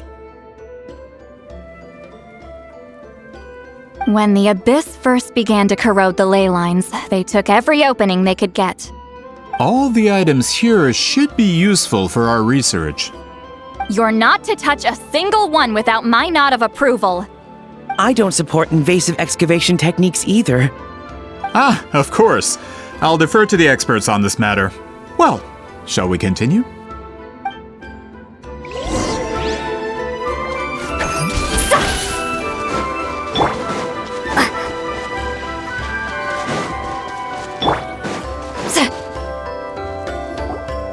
There are weapons here from every tribe in Natlan. The battle must have encompassed the entire nation. Sounds like we're getting closer to what the legend describes. But all we can really say is that a battle took place here. There's still no evidence of any colors or some elaborate maze. Wow, you're really invested in the Battle of Seven Colors.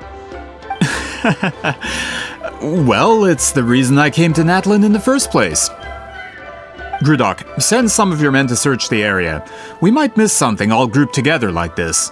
I'd like to cover all our bases. All the bases. You got it. Don't jump to conclusions. Of course this isn't the site of the actual battle. We have to keep going.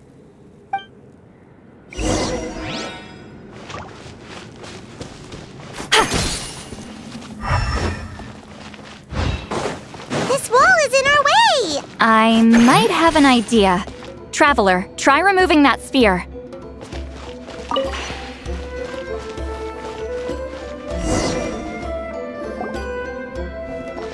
Whoa, we passed straight through! What was that? Some kind of color magic?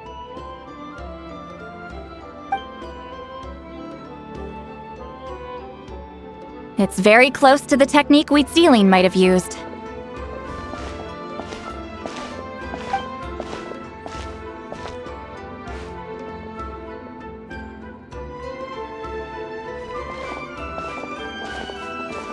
That's it? Doesn't quite compare to the scale described in the legend. Still, what a terrific archaeological find! Enough chit-chat. We should keep going. The deeper we go, the more we'll find.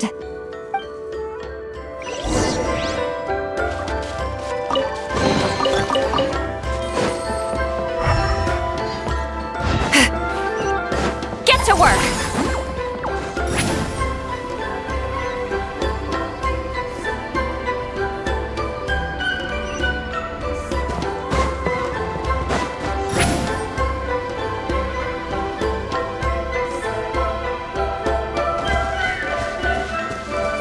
Hold on. If we step here, we might fall through. You mean there are traps in here? Remember how we were able to pass through the wall just now?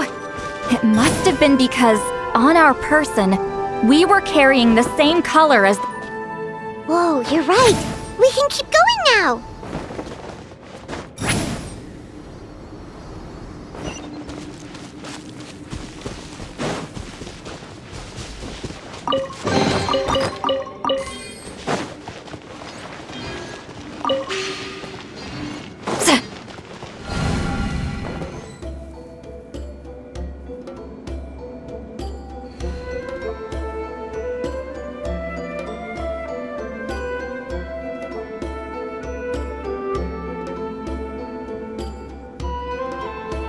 Wait, What was that? What is this place? Look! A maze made of colors. It's real. I can't believe it. Hold on. The quality of this space. This isn't reality. It's a realm of memory. Huh? No. This is a space constructed using memories as a medium. The principle is similar, but the two are not the same. Correct?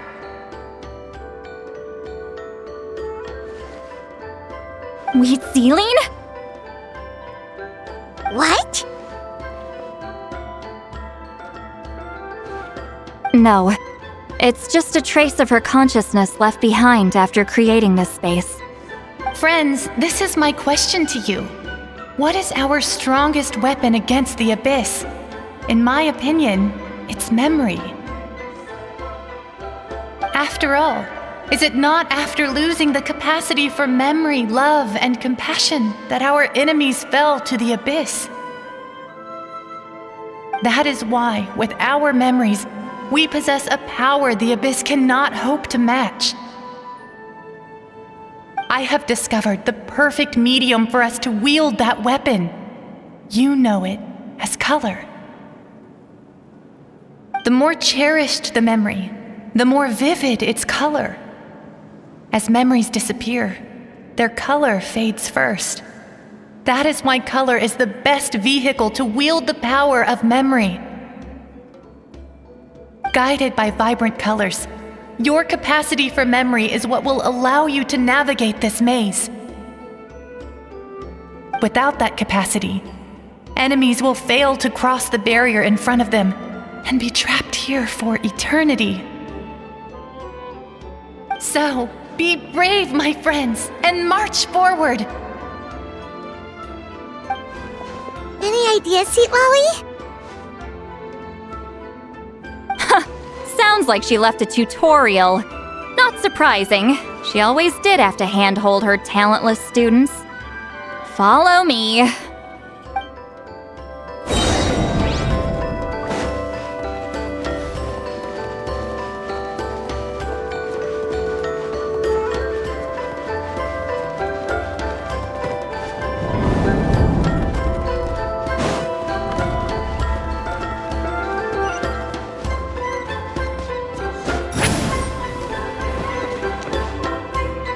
Return to the skies! Return to the skies!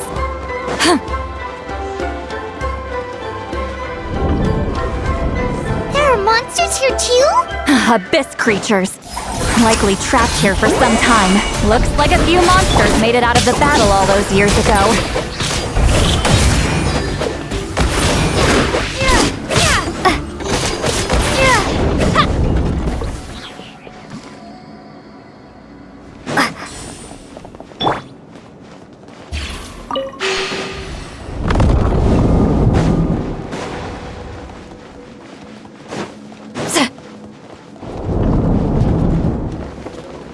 What's with these color-changing blocks? You and Citlali fell through all of a sudden. You scared Paimon half to death! Must be one of the mechanics of the maze. I'm guessing the purpose is to help allies navigate this place.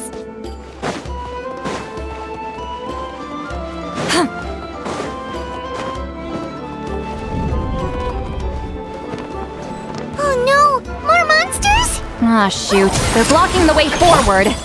Let's get rid of them. You two! Time to end them!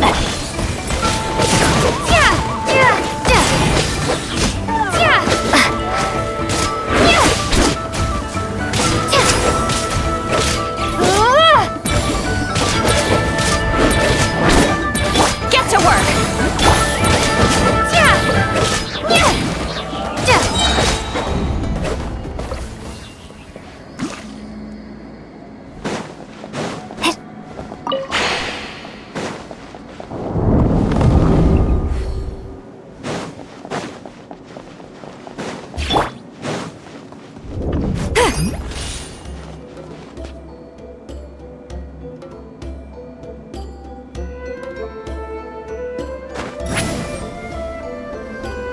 place is so pretty.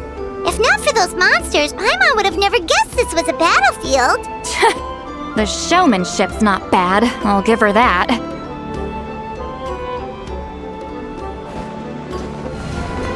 Is this a bridge made of colors? Don't sound so surprised.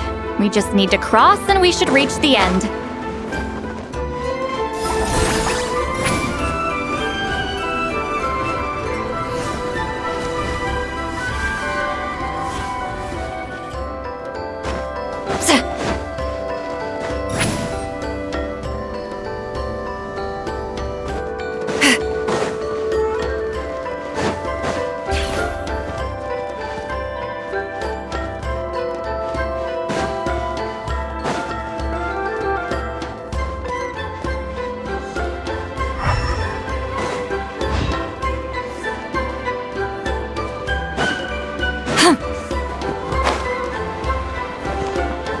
Incoming!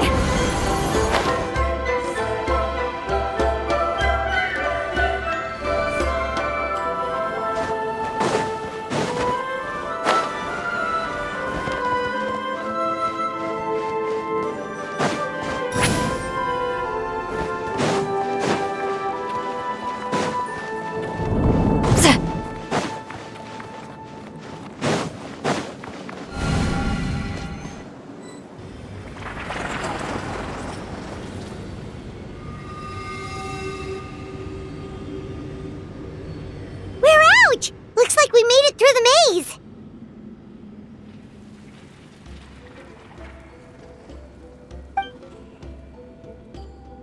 Hold on. This is... Whoa, so pretty! The thing inside the sphere looks exactly like the maze! It's like a miniature blueprint made from a special dye. That color.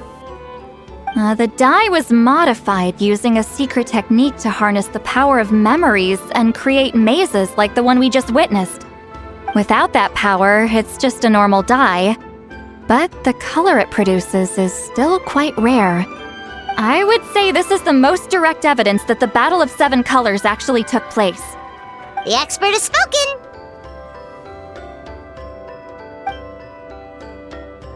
Perhaps I could take a closer look? It's an important piece of physical evidence, after all. No, you may not.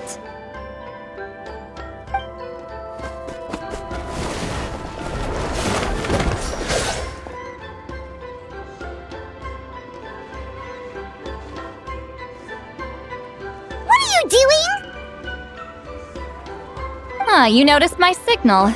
Not bad, Traveler. We make a good team. Huh. So, you've been watching me. A self-proclaimed book merchant who's never heard of Shogun Almighty reborn as Raiden with unlimited power? Please, that work was a commercial success across Teyvat. I knew you were fishy, but I didn't expect you to pull something like this. Monsieur Montluçon, we just need a few pictures for our research, not the artifact itself. What if it gets damaged or destroyed? Shut it! I couldn't care less about preserving this piece of trash. I would destroy it right now if I could. But then there would be no evidence to prove the battle took place! What if that was my goal all along? What? Huh. Pretending to be a book merchant, pretending to promote the history of Natlan and its heroes, was the only way to get information out of the people in this tribe! But make no mistake, I'm no lowly merchant. I am the future owner of the largest printing company in all of Teyvat. But the dye in that sphere ruined all my plans before they could even get off the ground. We've received a report that your advertisement in the paper makes false claims. Fontaine Law demands it be taken down immediately. False claims? The dye I advertised is an unprecedented innovation. It produces colors of unmatched radiance. Unfortunately, its qualities are neither unprecedented nor unmatched. According to the lady who made the report, she saw a woven scroll in Natlan made with a similar dye. Even more miraculous, that substance dates back hundreds of years.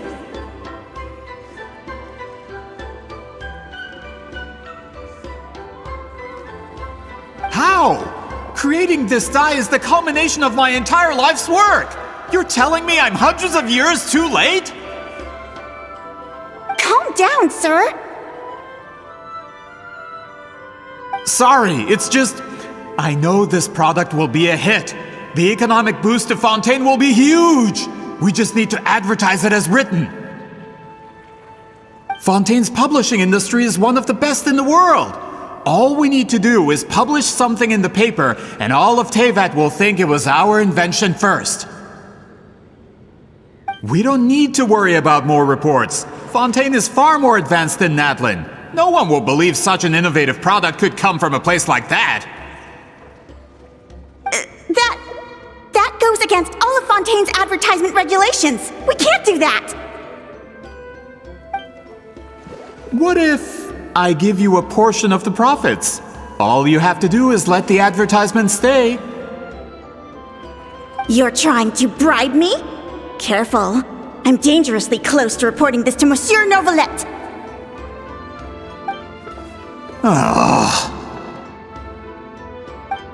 I knew if I was just allowed to market my product, it would be a hit. A bestseller even. I would be a giant in the printing industry. But now, no one will see it as anything more than a poor imitation marketed centuries too late. No matter how good the product actually is, not a single one will sell. I will never accept that someone from this backwoods, ignorant nation could come up with that dye. Not 200 years before me! Even when the truth is right in front of you? Ha! Truth is in the eye of the beholder. I'm already in the printing industry. I can go into publishing, no problem.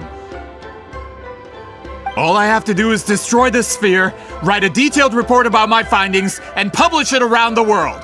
Then, the so-called truth becomes your word against mine. Once my report is accepted as fact, no one can accuse me of making false claims. That's awful! What happened to restoring the truth of history?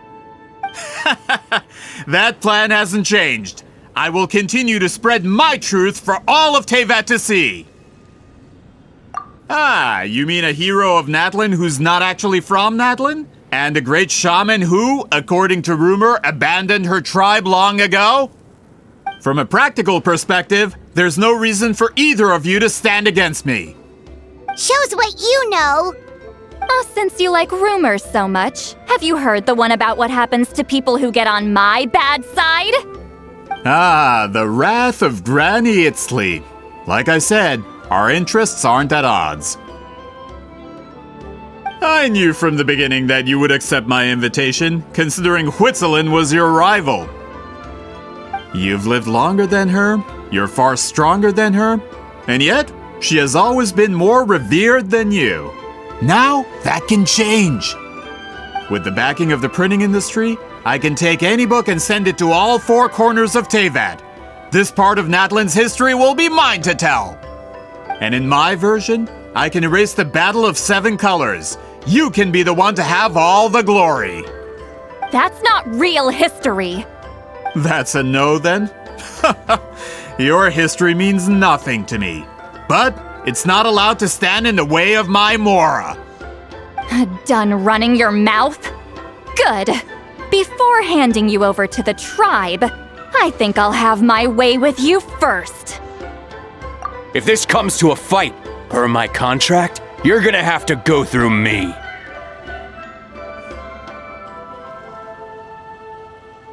That's right. I didn't pay all that Mora for nothing. Wait, aren't you subordinates of the captain? Why are you helping someone who wants to erase Natlan's history? The captain! You actually bought that?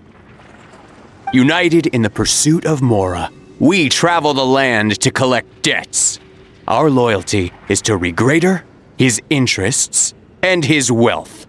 Regrader? The captain means nothing to them. They serve a different harbinger altogether. Regrader! This man has the potential to become a giant in the printing industry and disrupt Fontaine's economic system. This aligns with Regrator's interests. It's all been a lie from the very beginning! I don't care who you serve.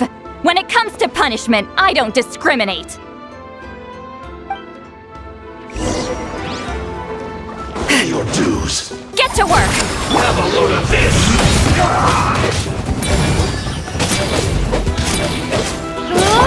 Citlali!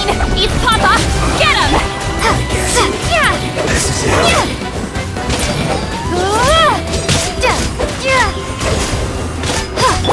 Fulfill our pact!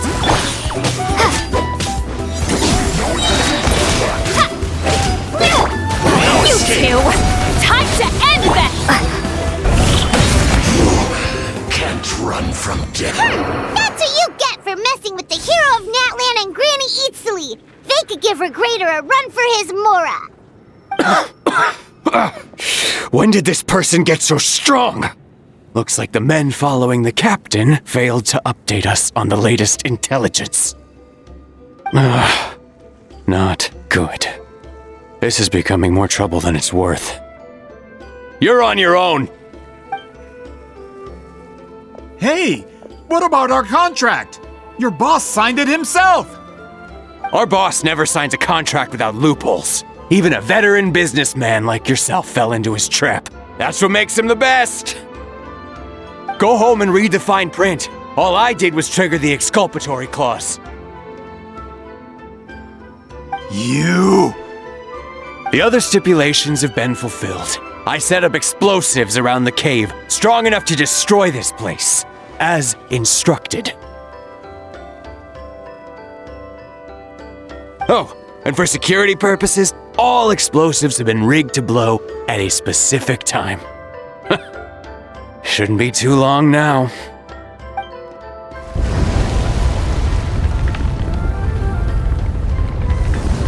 What? This whole place is gonna collapse? You were supposed to wait until I made it out! Are you trying to kill me? That depends on how fast you can run. I'm off.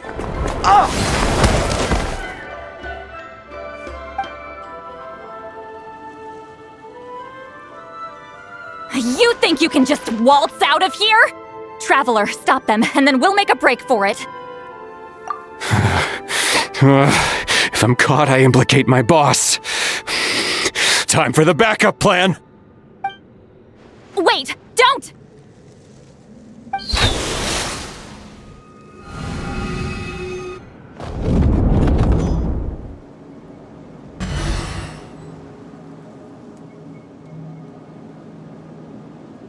Where are we? Back in the maze? Our surroundings look different, though. What did that Fatui guy do? Good point. She'll know how to get out of here. Let's hurry. If we don't make it out before the cave collapses, we might never be able to leave. Let's see. Citlali! Oh, looks like it's not gonna be that easy. What should we do? The special color? The one you saw in that woven scroll? Why would it appear around here? You're right. Lead the way, traveler.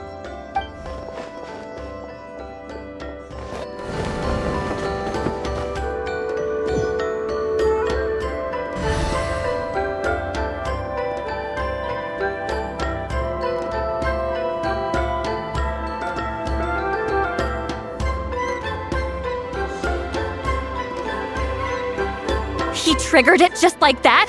If the technique isn't activated correctly... Instead of a realm of memory, the subjects in question will be trapped in a temporary space like this. If you cannot escape in time, it's mutually assured destruction. But I can't fault someone for using it as a last resort. I knew it! Someone of your skill wouldn't leave behind memory fragments just to parrot instructions. You must have the capacity for conscious thought. I appreciate the compliment. It's been a long time, my friend.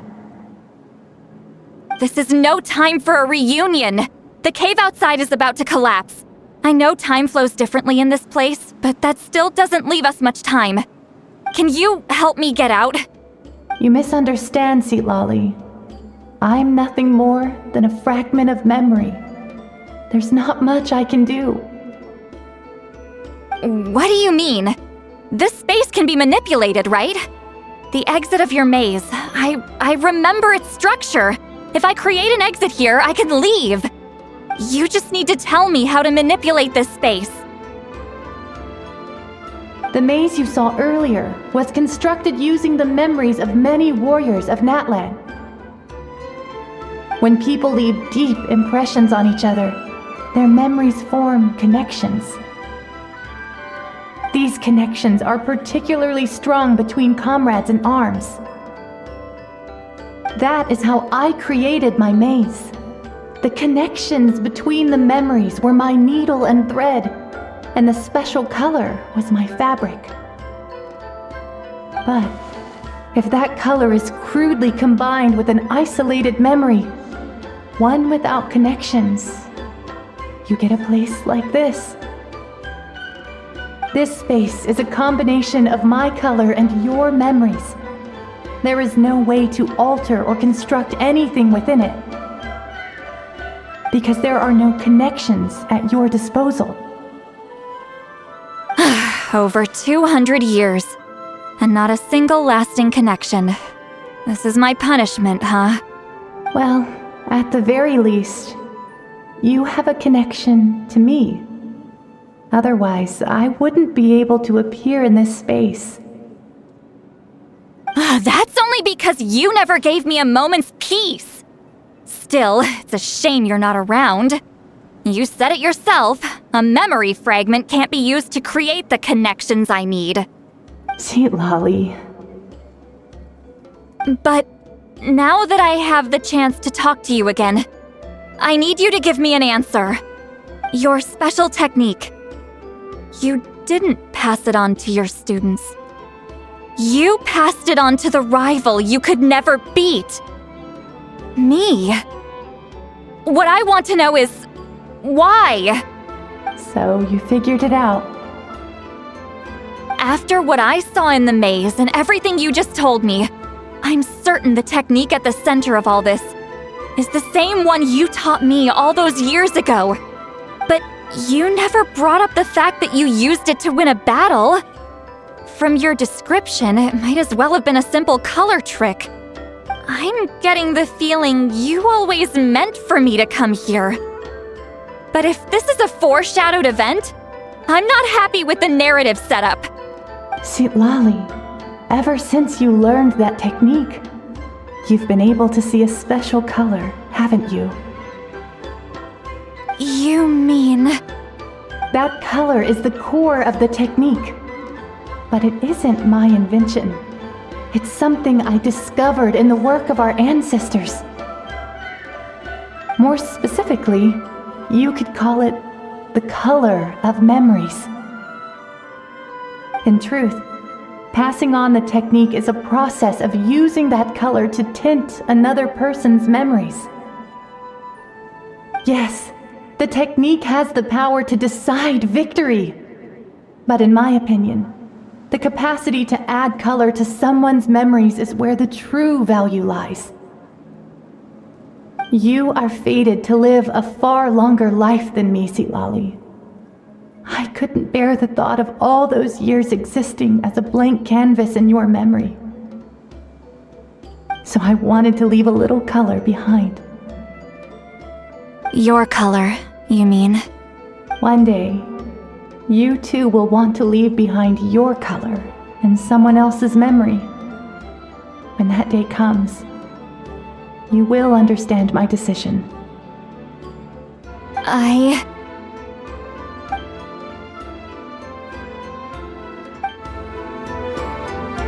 have to get out of here. That's the only way to rescue them.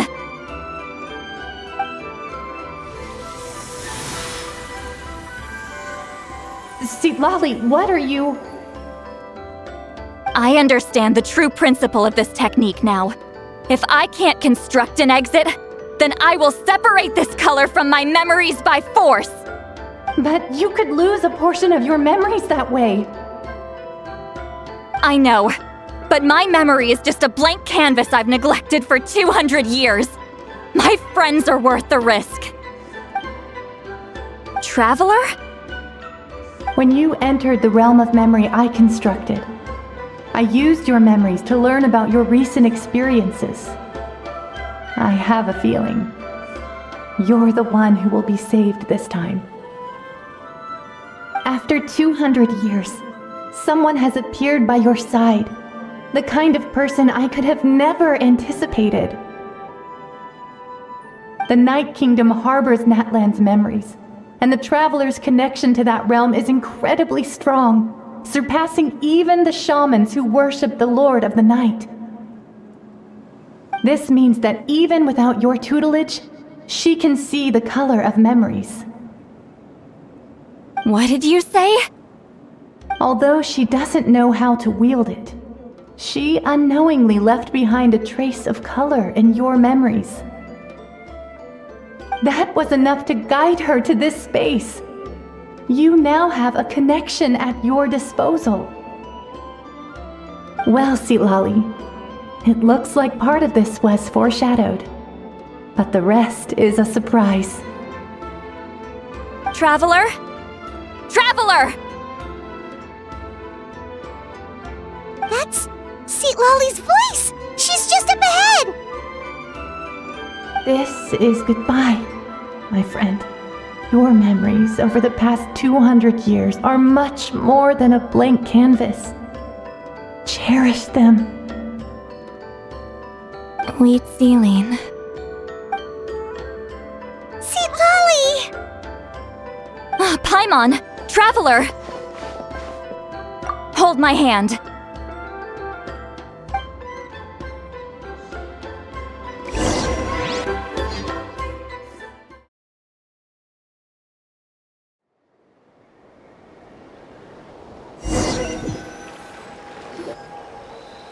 Did we teleport out? Man, that place was so... Whoa! We made it out just in time!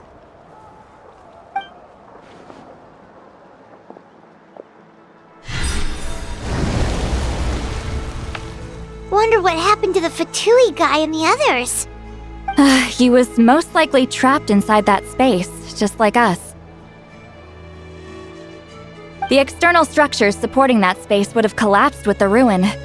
Unless he managed to escape, he would have been crushed. He still preferred that to being caught, huh? They were standing a bit further away, right? They probably weren't pulled into the space. Maybe they already made a run for it. Hello? It's one of Malu Son's employees! Quick, restrain him!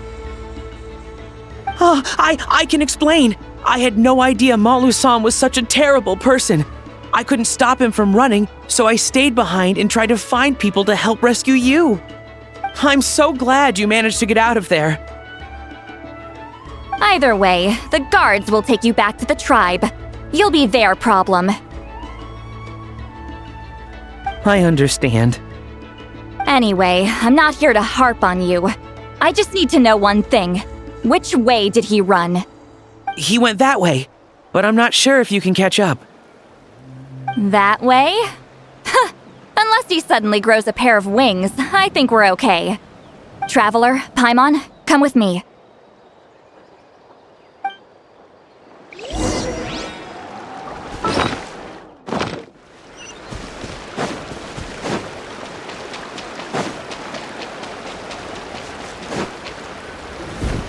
Hey, it's Elder Tlapo and a group of Victomisaurs! They caught Malu Son! Something felt off about him yesterday, so I set a few things in motion. Looks like it's time for that foreshadowing to pay off. My bank balance! No!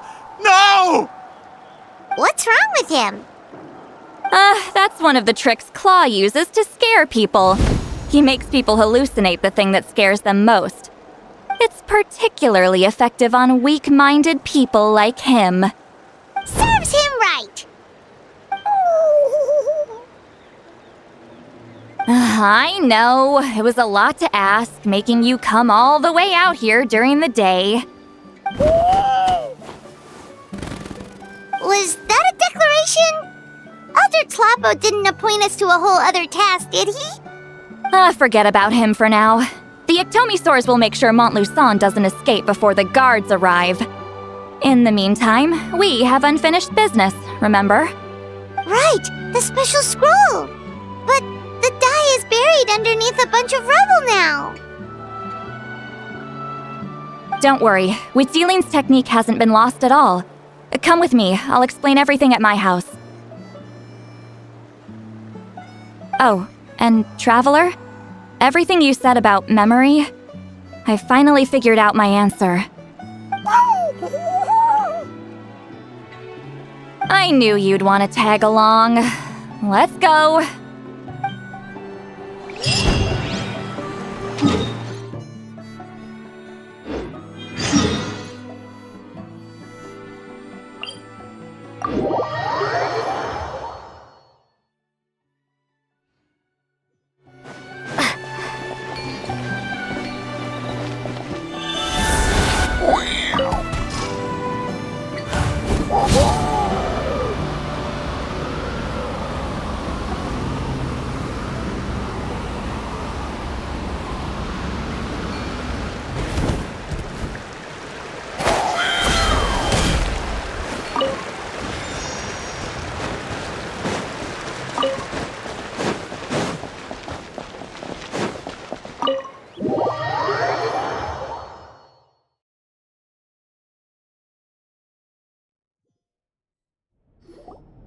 Now, when it comes to weaving the scroll itself, you don't actually need to lift a finger. But if we're going to pass on Witzeline's technique, your participation is critical. What are you saying, Citlali? Follow me.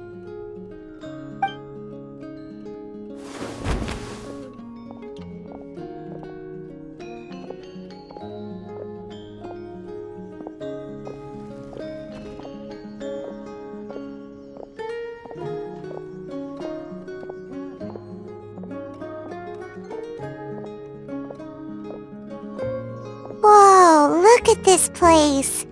Do you weave scrolls too? Scrolls. Scrolls? I thought you were going to show me your masterpiece. That I am, old friend. The technique I'm about to show you directly relates to woven scrolls. Fine. What is it?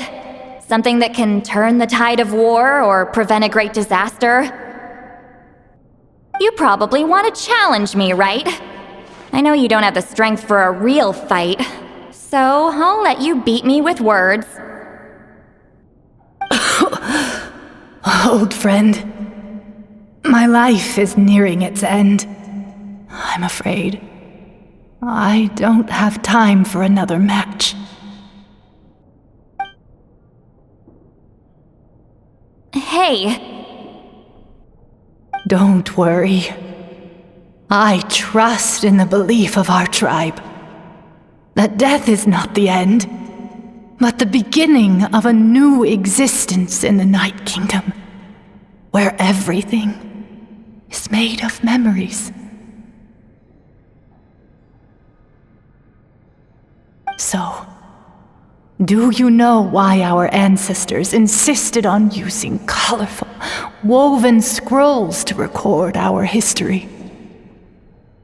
Because history is the memory of a people. We give our scrolls an orange hue, so the dead can still feel the warmth of the setting sun.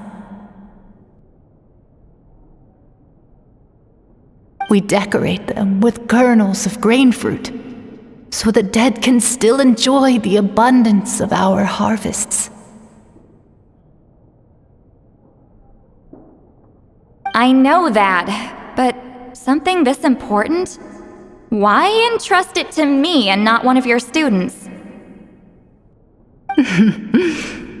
As your friend, I admit, I'm being a bit selfish. I don't have long, Citlali. Oh, I'm not sure I can truly explain my decision. But I know you will understand one day. For now, will you accept my final request? Just this once. I understand now, Citlali. Just like you said I would. Claw, help me move this outside. I'm going to color it.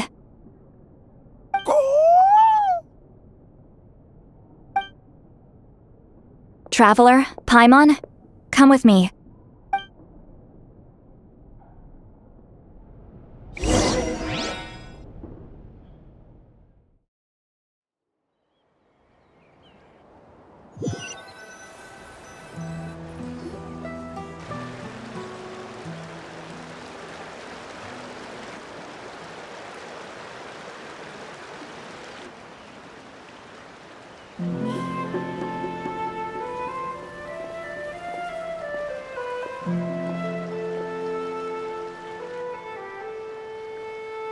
We are like birds, soaring through the horizons of time. I linger between brushes of memory, seeking the color of my final journey.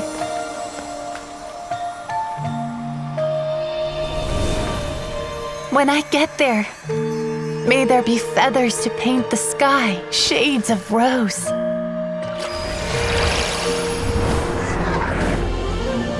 And fields of green to beckon adventurous souls. And azure oceans with which to sail into the unknown. And volcanoes too, where, despite the danger, hidden treasure waits to be found. And graffiti art, of course. Without that color, just imagine the dullness of night. Anything else?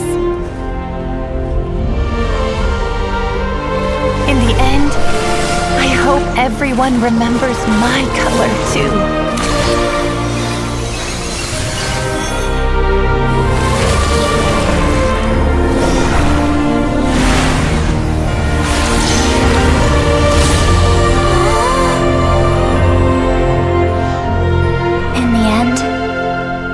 I hope everyone remembers your color too. All in all, it was just a technique for coloring a scroll. The task I'm entrusting to you is much more than that. Farewell, my friend.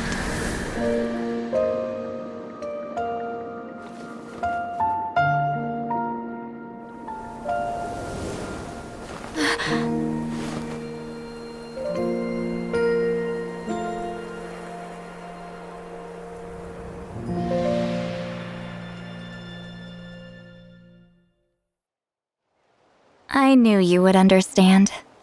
This is the special scroll. How did you know how to weave it, Citlali? Hold on!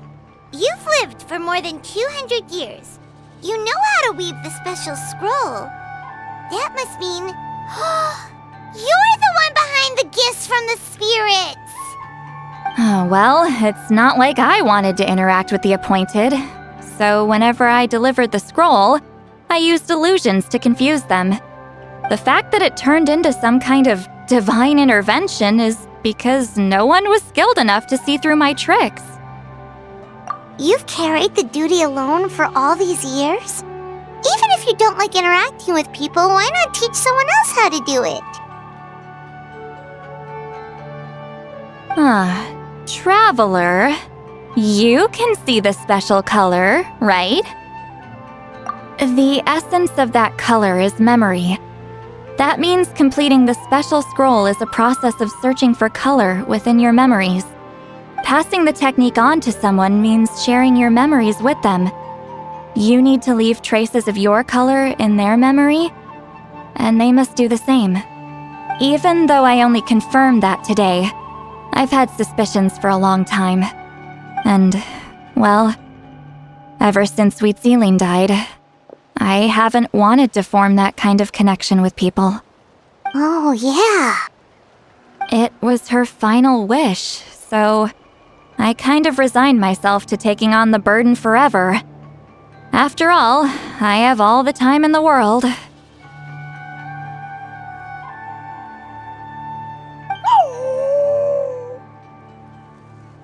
But Claw never stopped appointing new candidates to weave the scroll, despite knowing exactly how I felt about the situation. I knew exactly what he was doing. And yeah, if I ever did share my memories with someone, I guess that person would be a friend. But it never got to that point. This time, though, you win, Claw. Take this.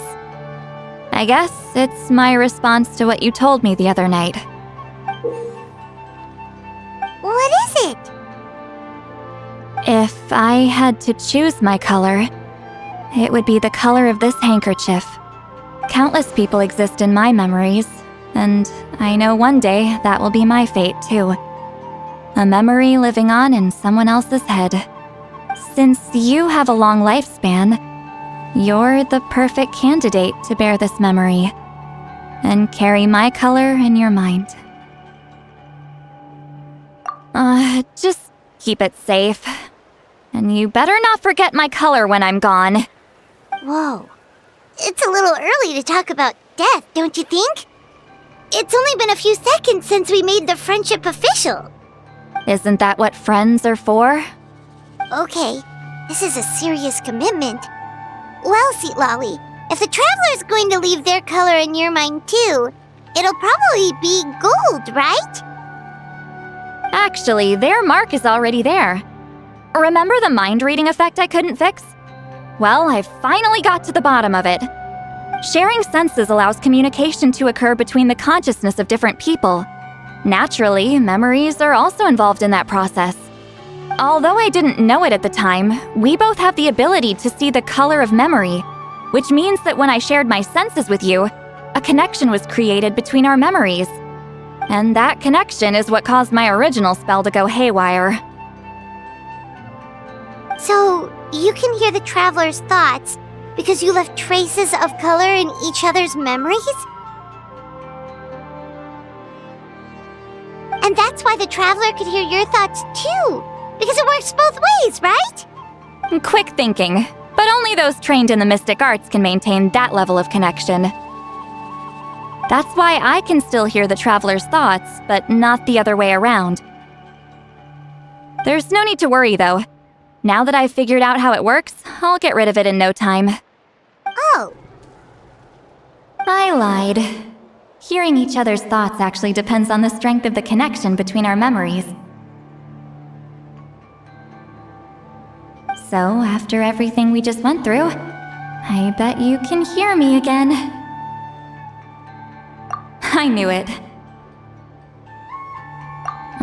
Since the connection between our memories is already there, the only way to get rid of the effect is for one of us to forget about the other. Just messing with you. I'm a legendary shaman of my tribe. Now that I know the cause, of course I can figure out how to fix it. It'll probably take some time, though, so bear with me for now.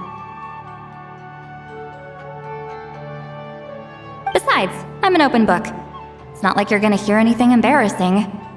Oh, unless I've had a few drinks. A shame? I mean, if you ever miss this whole telepathy mess, I could always share my senses with you again. No promises, though. Some thoughts are better kept to yourself. Huh?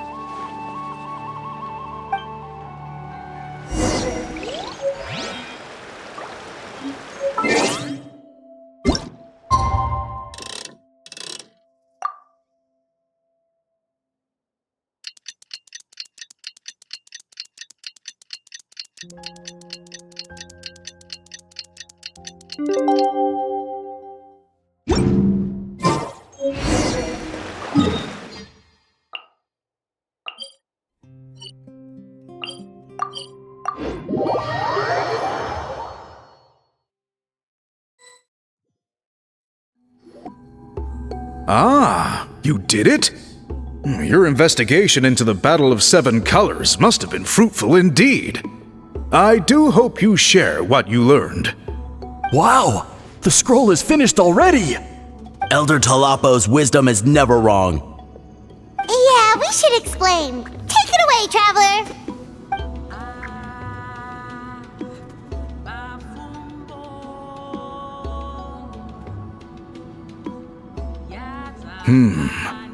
I see. You don't look surprised at all.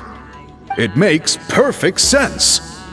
History is the memory of a people. If we want to depict it, a dye derived from people's memories is, of course, the best choice. Now, it's just a matter of preserving this secret technique. From your description, it sounds like learning the technique requires the previous holder to share their memories. Well, yeah. In that case, I must work with our priests to reinvent the technique based on the principles you described. After all, memories are precious things, meant to be shared with those closest to us. I cannot take that choice away from you, traveler. You completed your task admirably. Finding a way to carry on that legacy is now our duty. All right, we'll leave that to you. And please pass along my thanks to Granny Citlali. We interrogated the Fontanian merchant she apprehended, and it turns out he is the reason some among our tribe started to question our history. He hired people to spread misinformation about the Battle of Seven Colors. The recent friction within the tribe is entirely his doing. We now have a record of his crimes, and will begin working with Fontaine authorities in a few days. So he was behind the controversy in the first place. Guess it's easier to investigate when people are already questioning something. Anyway, that clears it up. People don't just question their history out of nowhere. Until we meet again.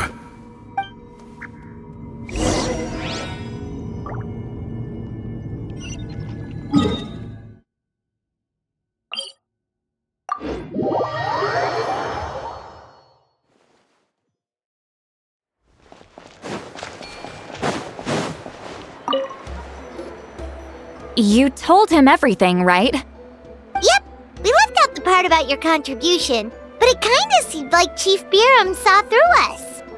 You could have just said it was a gift from the spirits. I guess he is different from the previous chiefs. But if he figures out it was me all these years, I'm in for a world of trouble.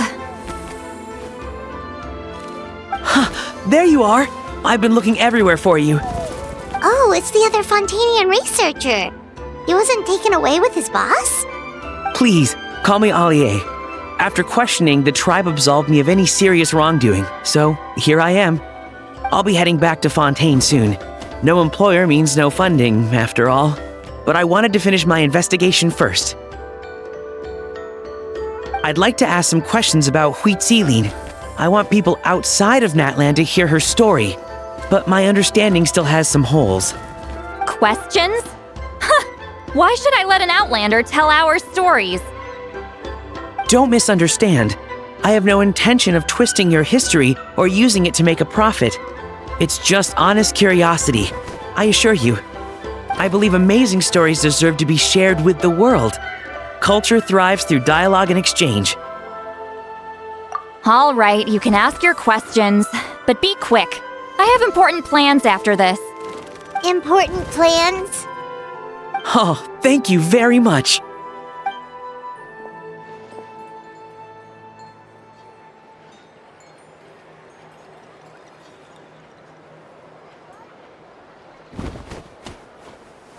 Another day, another drained social battery.